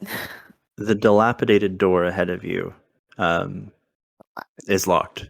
And where it's like slightly hanging off its hinge, you can feel a damp kind of breeze blowing into the hallway. So now what? Any suggestions? We open another door. I think that's our only choice. We get to know each other just a bit more. Isn't go. exactly the vacation that I was expecting. But pop open the next one and see. Dara, do you put the key in the door? Quill, no, I'm gonna hand it to Quill. Dara does not want to take the key. No, Dara's catching a pattern. That's fine. Okay, I'll take door it and opens. I'll There's open the no next one portal. then. There's nothing like that. It just opens, and before you, you feel the damp wind kind of blowing through this cavernous room ahead of you. It seems to be. You notice the grass kind of extended about halfway down the hallway and then turned to stone again. But instead of the stone brick that you've been used to throughout this area, it's turning into more rough-hewn ground. And as the door opens and the wind kind of lightly blows against your face, you glance into the room ahead and you can see what appears to be a shallow river running through this small cavernous area. Like conflicting word choice, but you know what I mean. It's a small area, but it's large and open. And there are some stalactites and stalagmites, and there's a small river kind of going through the area. You can see what appears to be a minecart kind of nearby on some old tracks. And off in the distance, you can see what appears to be a kind of a raised dais. So, We can The- approach and get a closer look. yeah, does this look familiar to anyone? Not yet, no. I think we should move farther. The sea. Okay. Sure. Yep. Who's leading the way? Climb in the minecart, see where it takes us. We probably all can't fit in said minecart. Sure we can. You got enlarge reduce, don't you? Yeah, for a minute. It'd be a very fun minute. Wait, have any of you been in a mine before? I think I Me have. personally, not that I can think of. Well, we just we walk then, right? Sounds good. Yep. I've been in a mine once, but I kind of hope this isn't it. Was that a Sunday game quote? No. This, no. That was a different character. Yeah. Oh.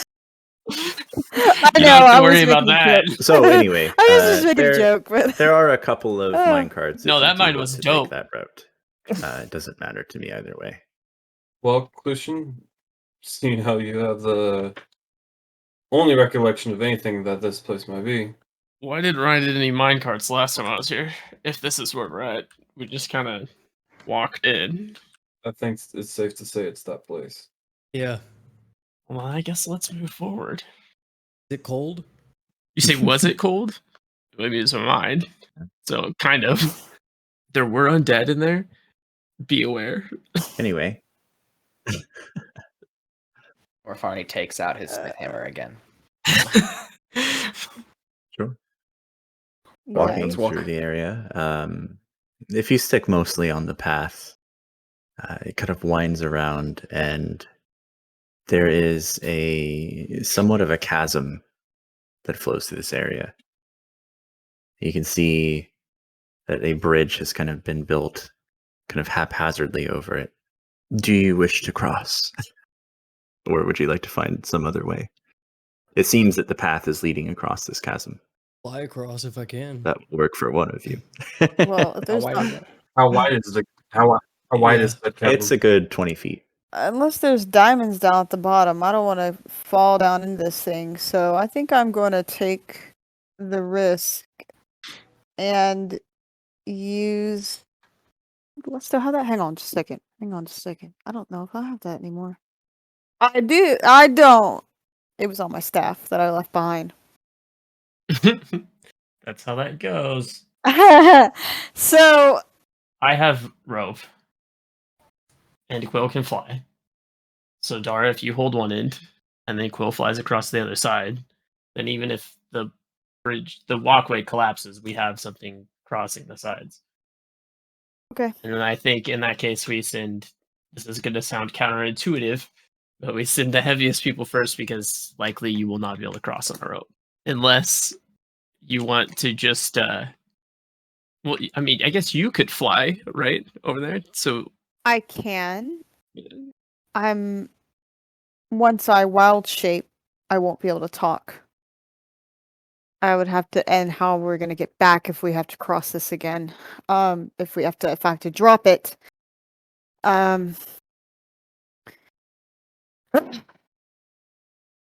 We got to work together on this. We're not about to fail the Lord Keeper again. So, let's get everyone across, and then I'll fly across. I'll transform. okay, well, how structurally sound does this Would pathway it look? hold a like 400-pound ends? sentient gorilla? It may not hold a 400-pound Yep, sentient that's gorilla. no. It would probably hold No. most of you one by one. Jin, do you trust me? No. No, but go ahead.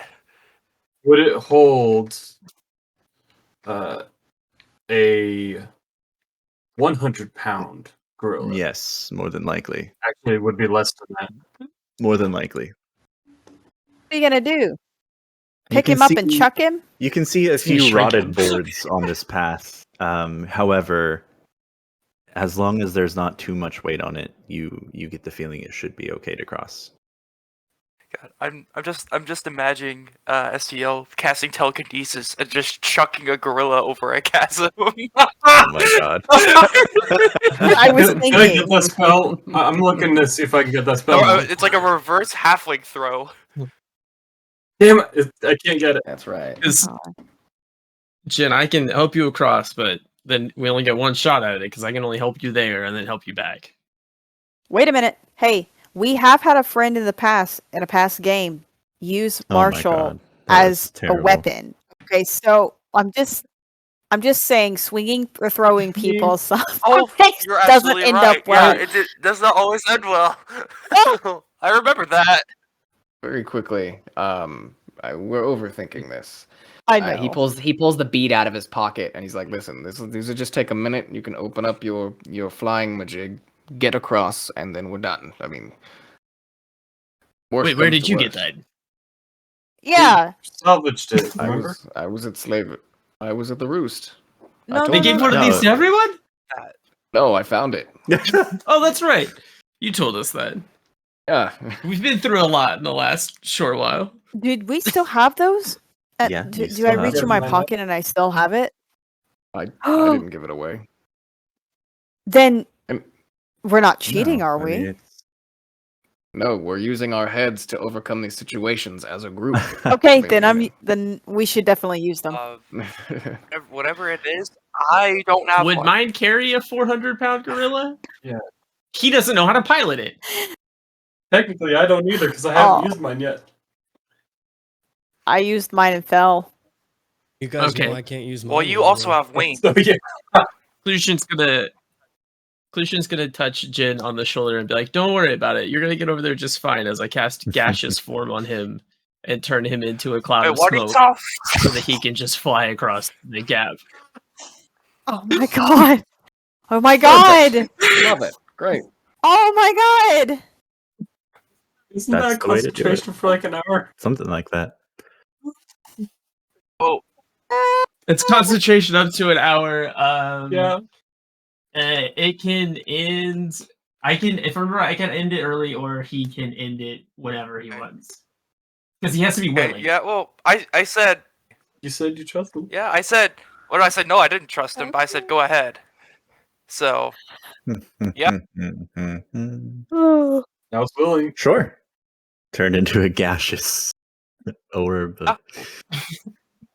Does it actually turn me to like a gas, like a gas orb, or do like retain like a vague outline of my image? I transform you into a misty cloud for an hour. It ends if you drop to 0 hit points. It only works while you're willing.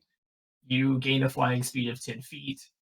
You can enter and occupy the space of other creatures. You have resistance to non-magical damage. You have advantage on strength, dex, and constitution saving throws. You can pass through small holes, narrow openings, and even mere cracks. Things that you probably wished you could do before.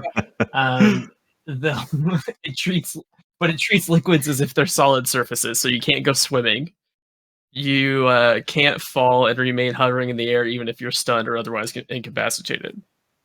You can't talk or manipulate objects. Basically, you could fly across and then become unwilling and turn back. Yeah, pretty well. Mhm. okay, so You that can fly solves that across and problem. be like,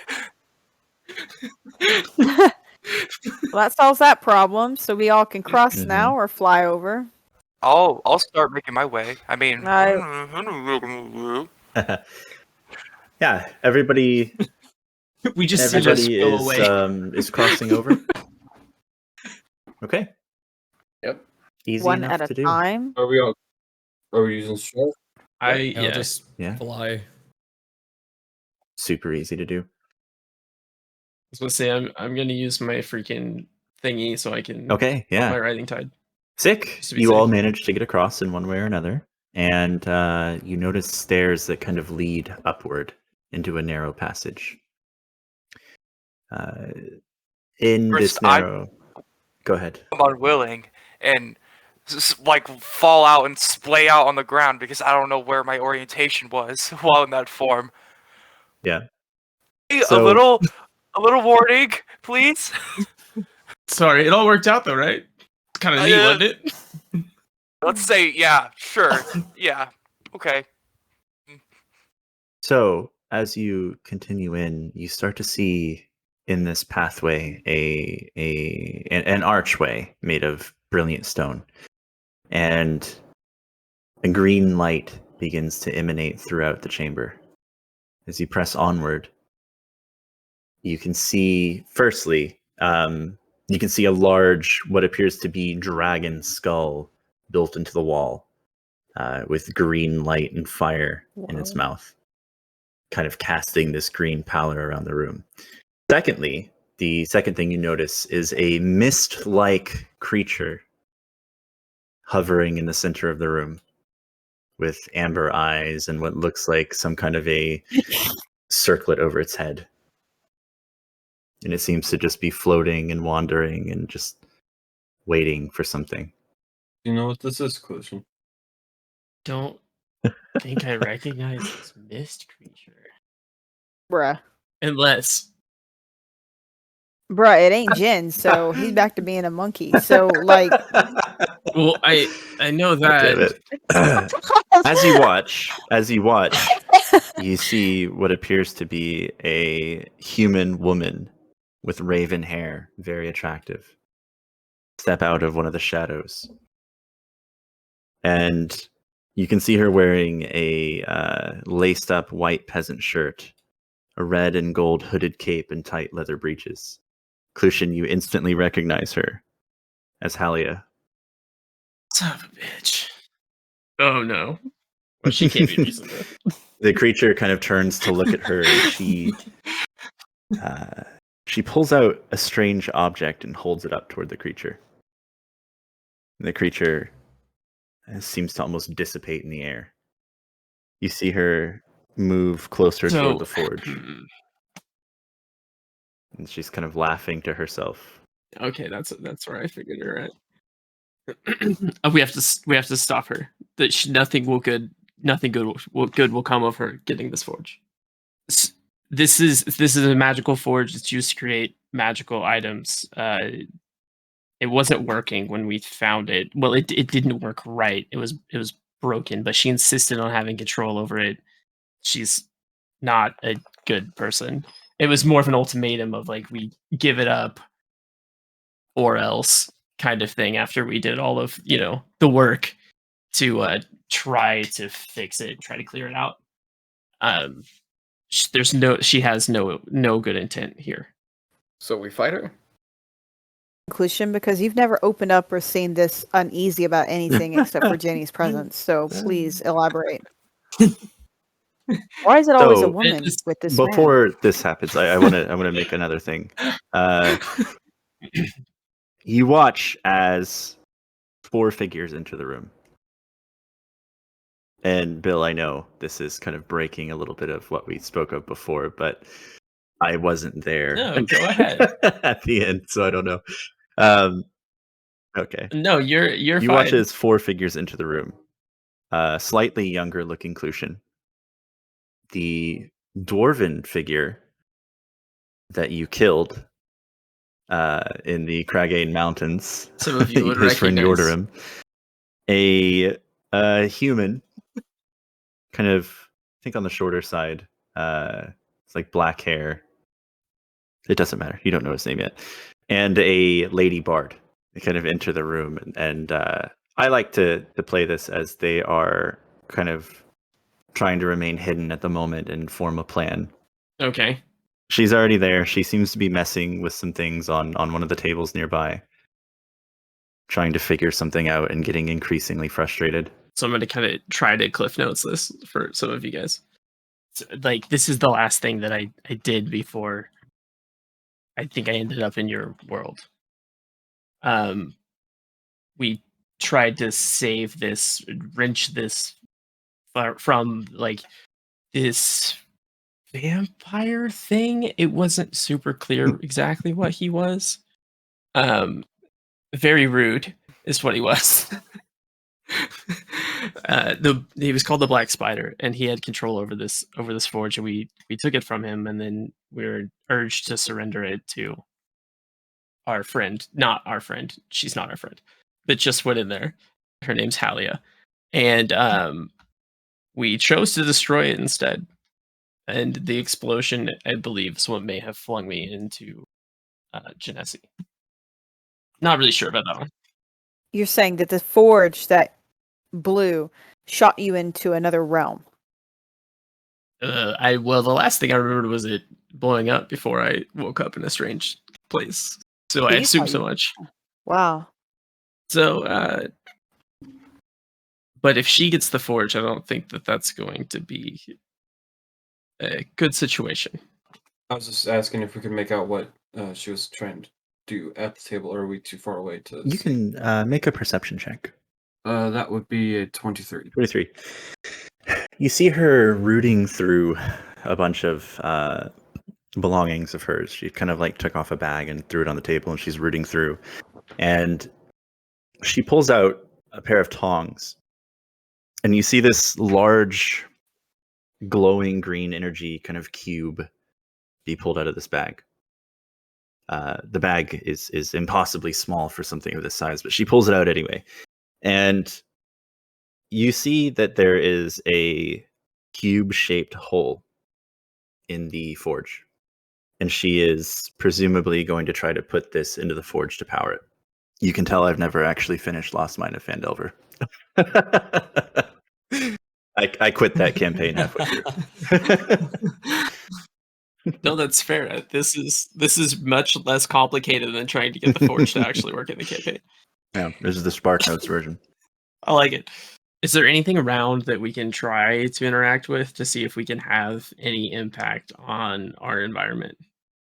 Being that this is kind of a forge area, and this being the Forge of Spells in general, there are a lot of arcane kind of objects around, as well as things like some hammers and some metal bars and strange books and instruments. So we need to try to take the cube, so the forge cannot be powered. How far away are they from us? Is she from us? About 40 feet. You can see the other group kind of lurking in the shadows, discussing amongst themselves what they want to try to do. And they're about 30 feet from her as well. This whole area is bathed in light, I presume. Yep, the green glow. There's not a door on the Mm-mm. entry, right? Oh, good. If there was a door, you would have bashed it by now. This is very We true. may have some time.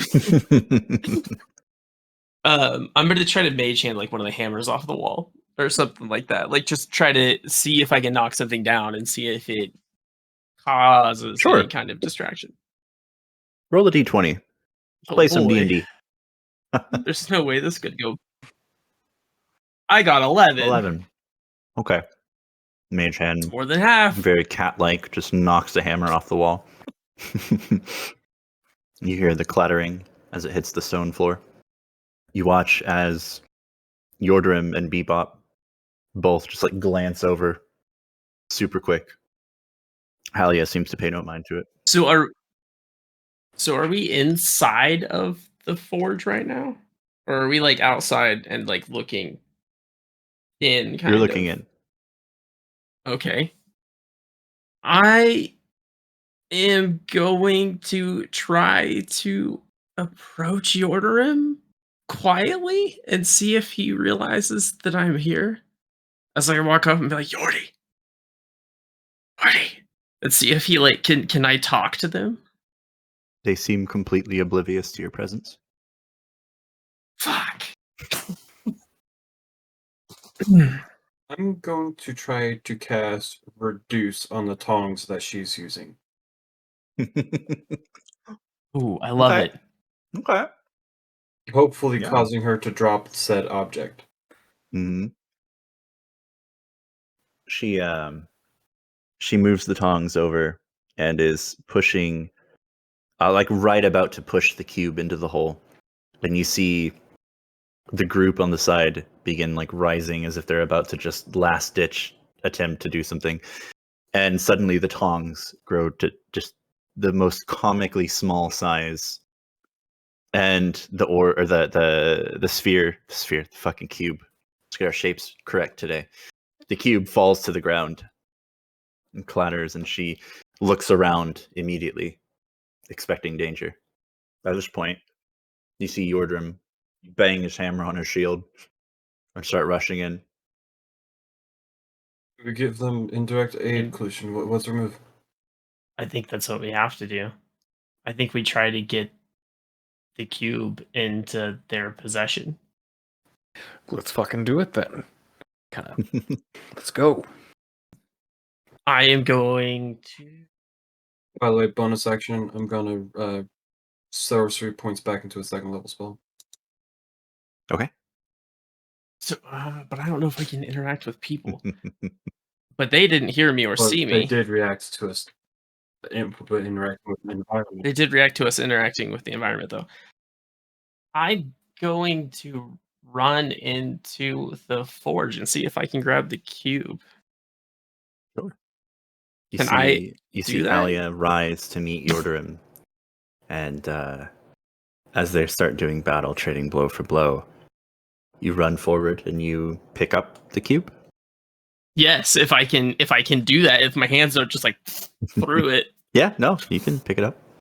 So I'm gonna run it back to. Is Roberto advancing also? Yeah, you see him kind of getting ready for a sneak attack. You having kind of seen how this played out once Oh, before, God, I don't wanna you do it. are observing the kind of fluid motion as Yordrim starts charging in, and then Roberto gets in position to strike from behind, and Bebop's trying to inspire everybody, which never happened, but we're going to say it does. I love it. Bards can do that.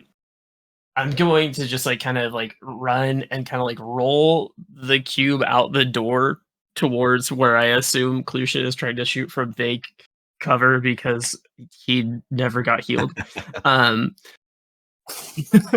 So I'm just gonna try to roll it like out of there, and then do they look like they're hurt? Yeah. Badly? Some more than others. Who looks like they're the Can most I- hurt? Definitely right now, Yordrim and Mhm. Roberto. Can I follow this up by casting Fairy Fire on her? Sure. Yeah. I like that play. I had considered that A play Dex myself. 15 save. That is a 14 total. So that's a fail. Nice. You watch as she gets bathed in this light, will. limbed in purplish green energy. We can affect them also. I will put a healing spirit on your room. Sure. What does it look like? He kind of like looks back and he's like, "Thanks, Bebop." As he pulls his hammer back. God damn it! That's I'd totally like fair. to think that this was the first time Clution ever saw Bebop heal. Probably. Anyway, the cube begins rolling. She was probably fucking insulting somebody. Like, thanks, Bebop. She's like, what? The cube begins rolling to the other Clution. Clution, how did you destroy the forge? We like well, so like because it had people who were watching it, right? So we sort of accidentally made a bunch of them fight each other. You know, because that was how the DM worked sometimes in that game. But they all died. And I think I'm trying to remember exactly how we did it. I think that we like used their tools and stuff to try to just mess it up in every way we could, and it just kind of couldn't contain itself anymore. Sure. Then Okay. So you see Clution holding this essentially a power cell for this version of our DM has never finished Lost Mine of Phandelver, and he's just winging it as he goes. Essentially, Clution from the past is holding this power cell, and together, I like to think that instead of placing the power cell into the slot on the forge that would grant you the power of the Forge of Spells, maybe you throw it in to the green fire. And the residual energy inside of it causes a large explosion. It kind of rocks your senses, this green, bright light overtakes the cavern. You hear this ringing in your ears. Everything shakes. And then Clutian, in your hand, is a small green cube. Mostly black, but bits of green still illuminating around it. Roughly an inch or so across on each face. Very small cube. And you stand inside of a large-ish room, maybe 40 feet across by 20 feet wide. You can see tables spread out before you, plates kind of cracked and covered in cobwebs, chairs that have splintered due to time. You see large banners on the walls of many different crests of different houses, all of them lost to time. The room has 3 exits, the one that you came from in the west, one to the east, and one to the south. There are now 4 watchers, one in each corner, observing. Does one to the south that has a hallway again? No, now they are all in this room with you. One to the top left has a dull knife that's broken. One in the top right has a bit of vine wrapped around its arm. One in the bottom left has an empty, broken glass, a beer glass. And one in the bottom right has an inert black cube in its hand. Right, where's the next one? East or south? Let's go east. East? Okay. Indeed. As you approach the door, all of the watchers, their heads just slowly swivel as you pass. The door opens, not locked. And as you pass through, you find yourself facing intense heat. The air is hot. The temperature is hot. You instantly begin sweating. You can hear what sounds like rushing water almost. And yet, as your eyes adjust to the intense brightness of this space after being in the darkness just a moment before, you notice craggy cliffs with lava flowing down them. Great lava rivers flowing as far as the eye can see. You can see large crystal spires piercing the heavens, some of them with what appears to be staircases built around them, and doors, and presumably living quarters. You can see an enormous chasm where one of the lava flows goes. That's kind of like right below you. It's roughly 200 feet down. And you can see a iron chain, this great heavy iron chain that is supporting from many different directions. Like imagine almost a spider web with the iron chains going from every side of the chasm toward a center point that's a little lower that holds this large city built of crystals and stone. Before you lies the city of Moeri Tak, also known as Burning Fall. All around this city, lava flows from above the cliffs down 200 feet to the chasm floor and creates a large lava river. There are 2 bridges that lead to the city, one on your side of the chasm and one on the other, kind of forming a V almost, with the city at the center point. You can see what appears to be a glowing light in a central tower, just piercing the heavens, this bright azure light coming out of this crystalline tower. And Quill, this immediately draws you back to something that Villamir said long ago. A strange continent to the west. Yeah. With lava flows and crystal towers. And something that you've been seeking for quite a while. I do remember him saying something about something like this. Well, how far away are the crystal towers? The crystal towers that are not part of this city? Or the ones that are in the city? Well, I guess, yeah, in the city, just to... You're probably standing a good 500 feet or so from the base of the platform that holds the city. Okay. Is there a way for me to Yeah, get to the yeah. city, like, or there's a lot of obstacles? And Like stuff I in the said, way? there are two kind of bridges, one on either side, that form a V almost as they connect to the city, and you guys are just a couple 100 feet away from one of them. Okay. Well, I'll just fly over and have them meet me there. And I'd be really interested in looking at some of those towers. Sure. Quill flies off toward the city. I guess. Kind of just like waving his hand back, like, follow me. Okay. Do we go forward? As quick as we can. Yeah. Sweet. You make your way a bit south to the bridge, and you can see quite a bit of foot traffic for such a strange location. You see covered wagons that have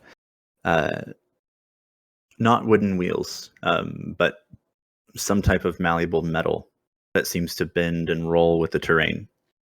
They don't seem to be drawn by horses.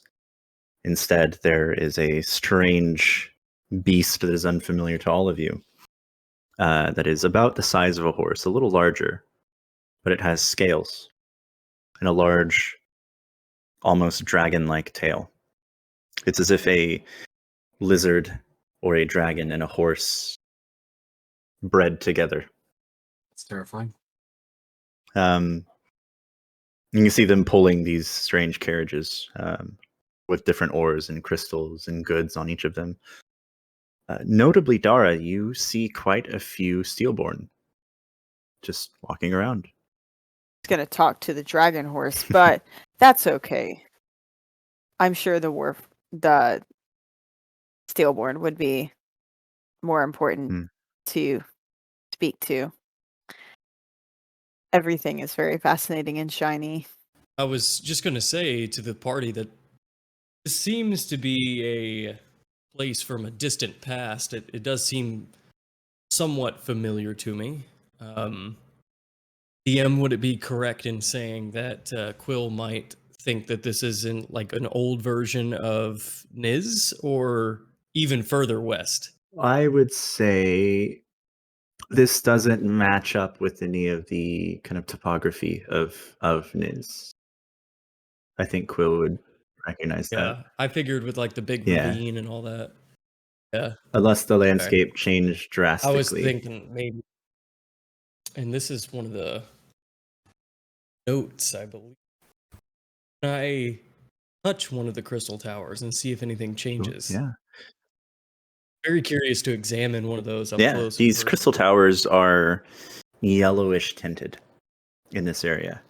Some of the others that you can see in the distance are different colored. But these ones in Moritalk are yellowed in nature. And you approach it and you can see yourself kind of reflected back in the light, almost like looking at a diamond, just the many faces distorting and twisting your appearance a bit. You touch your fingers to it. It's warm, glass-like. You can feel a slight hum almost from the crystal. A slight vibration in it. Are there any Garuda around by any chance? Glancing around, in the immediate area, no. But I'll say as you were flying over, you definitely would have seen one or two. Oh, okay, dope. I Yeah. was just wondering. So, now the Steelborn. Yeah, you said there were some Steelborn here. Do they seem approachable? Like they would be willing to be talked to, almost like regular citizens, or perhaps they're sort of a unbothered folk. Make an insight check on that one. Yeah. Ooh, 27. 27. They seem mostly like regular folk, although a bit more focused on their work.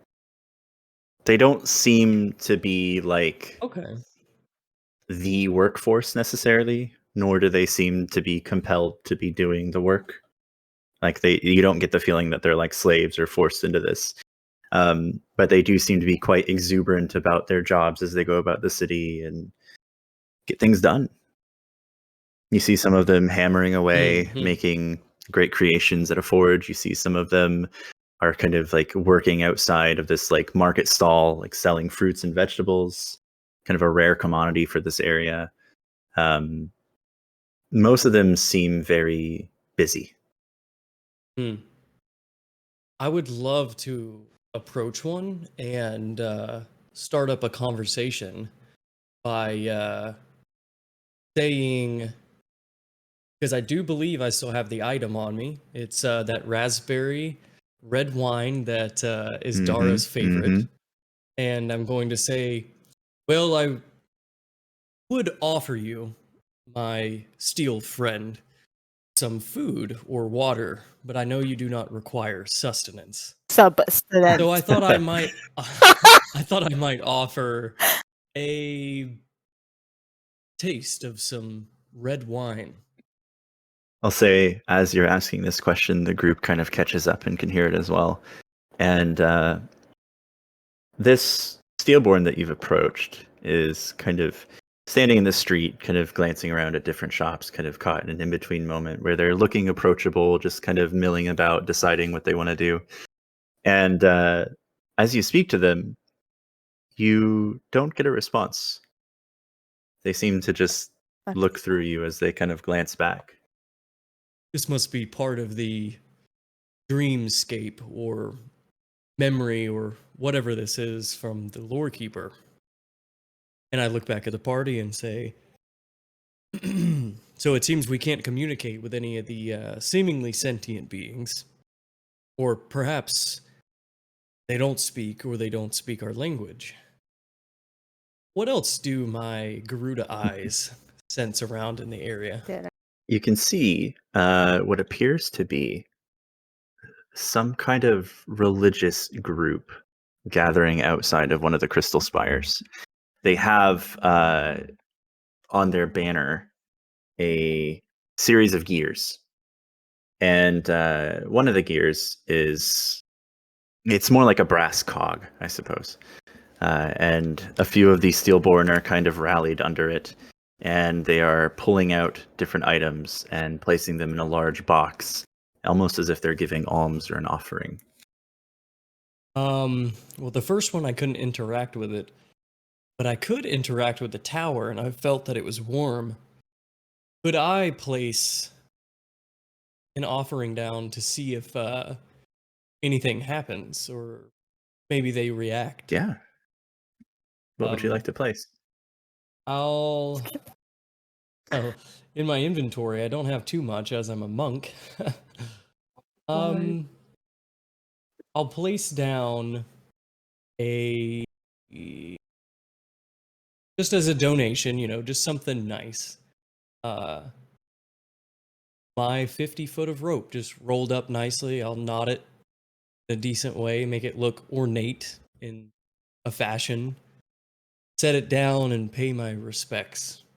You do so, and you notice some of the Steelborn are kind of like glancing around at each other, and you can hear their conversation. And they said, "Did you place that just now?"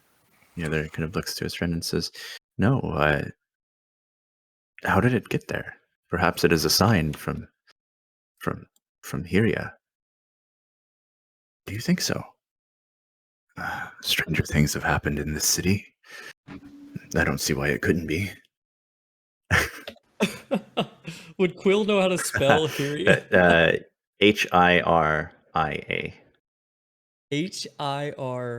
Hiria. Okay. Can I please take the end, like the handle end of my torch? And if there's some like dirt around or something like that, just like if they're speaking in common, they might write in common as well. And I'm just gonna write Hyria. Hyria was here. Sure. Yes. Just to see what they do, and then keep going from there. Yeah. I guess. As you write it in, a couple of them like look back to one another, and they're like, "This," and they like fall to their knees, and you see them like kind of start praying, and a third one joins in, and he says, "Oh my gosh!" He like gets down on his knees immediately. You've Oh my successfully gotten God. 3 of these Steelborn to think that their god is speaking to them.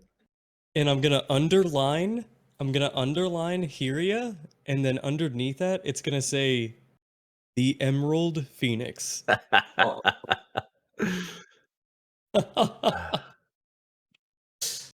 The Steelborn. They're Yeah, gonna the be like, who the Steelborn fuck are is looking at that? you. They're like, Screw Emerald that. Phoenix. That's a very unique name. Do you think Hyria is this a sign? Is this prophecy? Is this prophecy about the chitin? The Kaita, is this? They're like glancing back and forth. They're almost sharing worried looks at that. And one of them says, if this is about the Kaita, we need to immediately fetch the high priest. He like stands and starts walking forward to the tower. You hear one of the others. They got on their knees for a act of God that I portrayed You to hear them. one of the others I- saying, if the high priest deems this to be truly a prophecy of Hyria, perhaps the Kaita can be reborn after all. This could be good. And the other one kind of you sense almost dread in their visage as they say, is this good? Is this what we want? Do we want the Kaita to be revived? Do we finally ended this practice? You know what it was doing to them. Does anybody know what the Kaita are from our group? Quill will actually ask that if that's no. cool. All I know is that you're trying to play God. Nothing I'm I'll have- familiar with. I'll have to do a knowledge check or a history check if Marshall will allow it. I can allow it. You won't know. See, like, but I won't it's know. one of those things. Like even with the 20, it just you wouldn't know. It's not something you've heard before. Okay, that's fine and fair. This seems like this means a lot to these people. So, they mentioned reborn, they mentioned rebirth, whatever. So I'm going to write below the Emerald Phoenix. I'm going to write the word Renaissance. The two are kind of talking amongst themselves and don't notice it first. And then the guy like slaps him on the arm really hard, and he's like, "It's happening again. Just wait. Just shut up and wait." And you see, as you're like halfway through the word Renaissance, the doors burst open, and a large being, a large being who appears to be human, wearing all the accoutrement of a high priest, from the scepter to the hat to the robes and everything, and he's got this large, what is it called?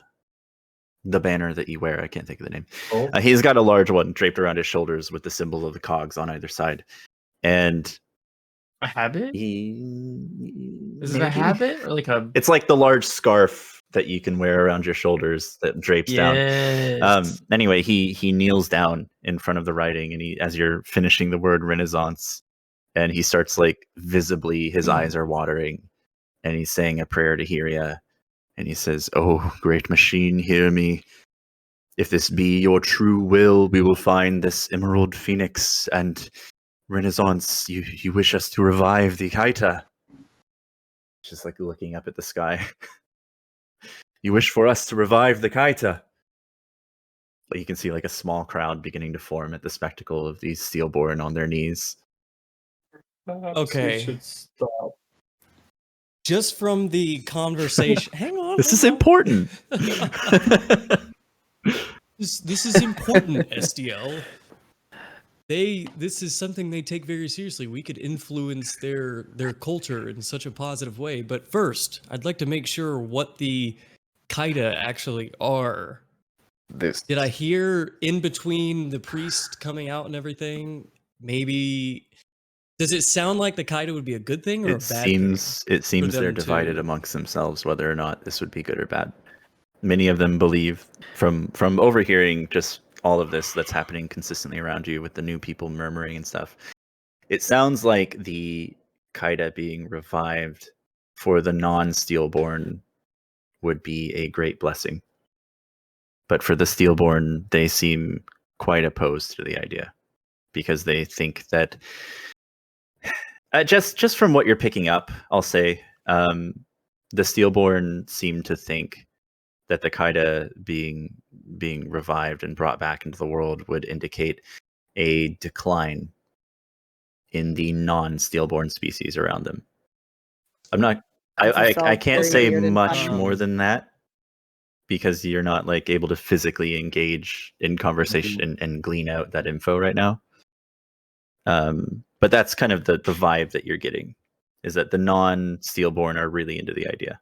I pull out one of my copper balls that I use for my more mundane artificer or magitech, excuse me, infusion. Mhm.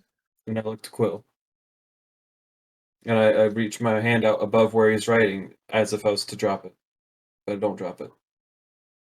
Want me to Do take you this? want me to? What are you implying? They're asking for a sign. I think that the stillborn, the impression that I'm getting is that the Kaida, something that they don't want to be reborn. It would be good to be able to send them a message to not do that. Although, yes, we definitely are kind of tricking them. They wear cogs I feel like- on their emblems, correct? Yes. May I see the riding fire stick? Oh, the torch? Yes. I was just going to suggest make 2 cogs and make them look like they're stuck in between each other, so it would be a bad path for them to take. Yeah, Symbolism. that's about what I was gonna do. I was just gonna draw a cog and draw a big X through it. You know, like a don't do this or you'll meet your demise or some bullshit. I don't know. Nary. Funny. This is an illusion. I don't Someone fucking make know. a religion check. Who wants to? This is why I'm doing so bad at a +0 in religion. No proficiency, right, no that's- bonus, that's it, yep. nothing. I'm very devout. Yeah, Can go I for do it. it? Yes. I was gonna ask if you could. You are a man of faith. Yes, of course. I mean, I know the faiths. Am I devout? No. Right. 7. Wow. With- how You've low heard of Hyria. I rolled a You've heard 7. of Hyria. You know that it is a Durakai. That it is one of the outer gods. That its symbol is 2 interlocking gears. That's funny. That's all you know. It's just one of the lesser gods. It's not a lesser god. It's No, that's I know, him just trying to that's him, bullshit yeah. something together. I know. You know? Yeah. to think I was starting to be less suspect of Orofarnit. You see the high priest, the human, and he's like writing in the ground as well. Underneath Renaissance. In common, he writes, "What be thy will?" Oh. Now here's where it gets dark. Careful. Careful, Quill. This I'll be feels careful. like I'm dangerous trying to ground. I'm trying to be wise about this as to not influence their culture in such a negative way. I think this might be able to show them something. You see the high priest look up after he writes, and he's looking at the azure light coming out of the crystal, and he says, "Could it be the will of Hyria to cause a renaissance in the Kaita? Please, pray tell me, Hyria." He's like glancing at the sky and then looking back down at the dirt. I'm going to try to imply to them that they should give it some more time by placing down my hourglass and then take it away. Okay. So for a brief moment, the hourglass kind of enters their vision, and then as soon as you interact with it and pull it back, it fades. How long do you leave it? I'll say I'll leave it and kind of like watch them and see if they get a moment to kind of pause and think Are about you it. placing it on the full side or on the empty side? At the top. I'm placing it on the where the full side Okay. is at the bottom. So that way it doesn't imply that they're running out of time. It implies that like give it Okay. some time. Now I'm gonna roll to see if he interprets it that way. Because it could be like, Yep, out he of got a time. 2. As the hourglass falls Oh. and no sand is dropping. It's all settled neatly on the bottom, as if to say, give it time, let it sit. He immediately turns back and he says, Hyria has spoken! We're out of time. We're out of time. Hyria wishes for the Kaita to be reborn. He wishes for a renaissance. We must find this Emerald Phoenix, whatever that means. Maybe it's one of the other towers. Check down. In Moeri Talk, we've plenty of resources. We can find this thing. We're out of time. And he turns back to look at the hourglass, and it's just fucking gone. And he's like, he's like very flustered. The Steelborn around him, the three that were there from the beginning, they one of them is exchanging very worried glances with the other, and the third that had fetched the high priest is like smiling and seemingly very excited about the Kaita being reborn.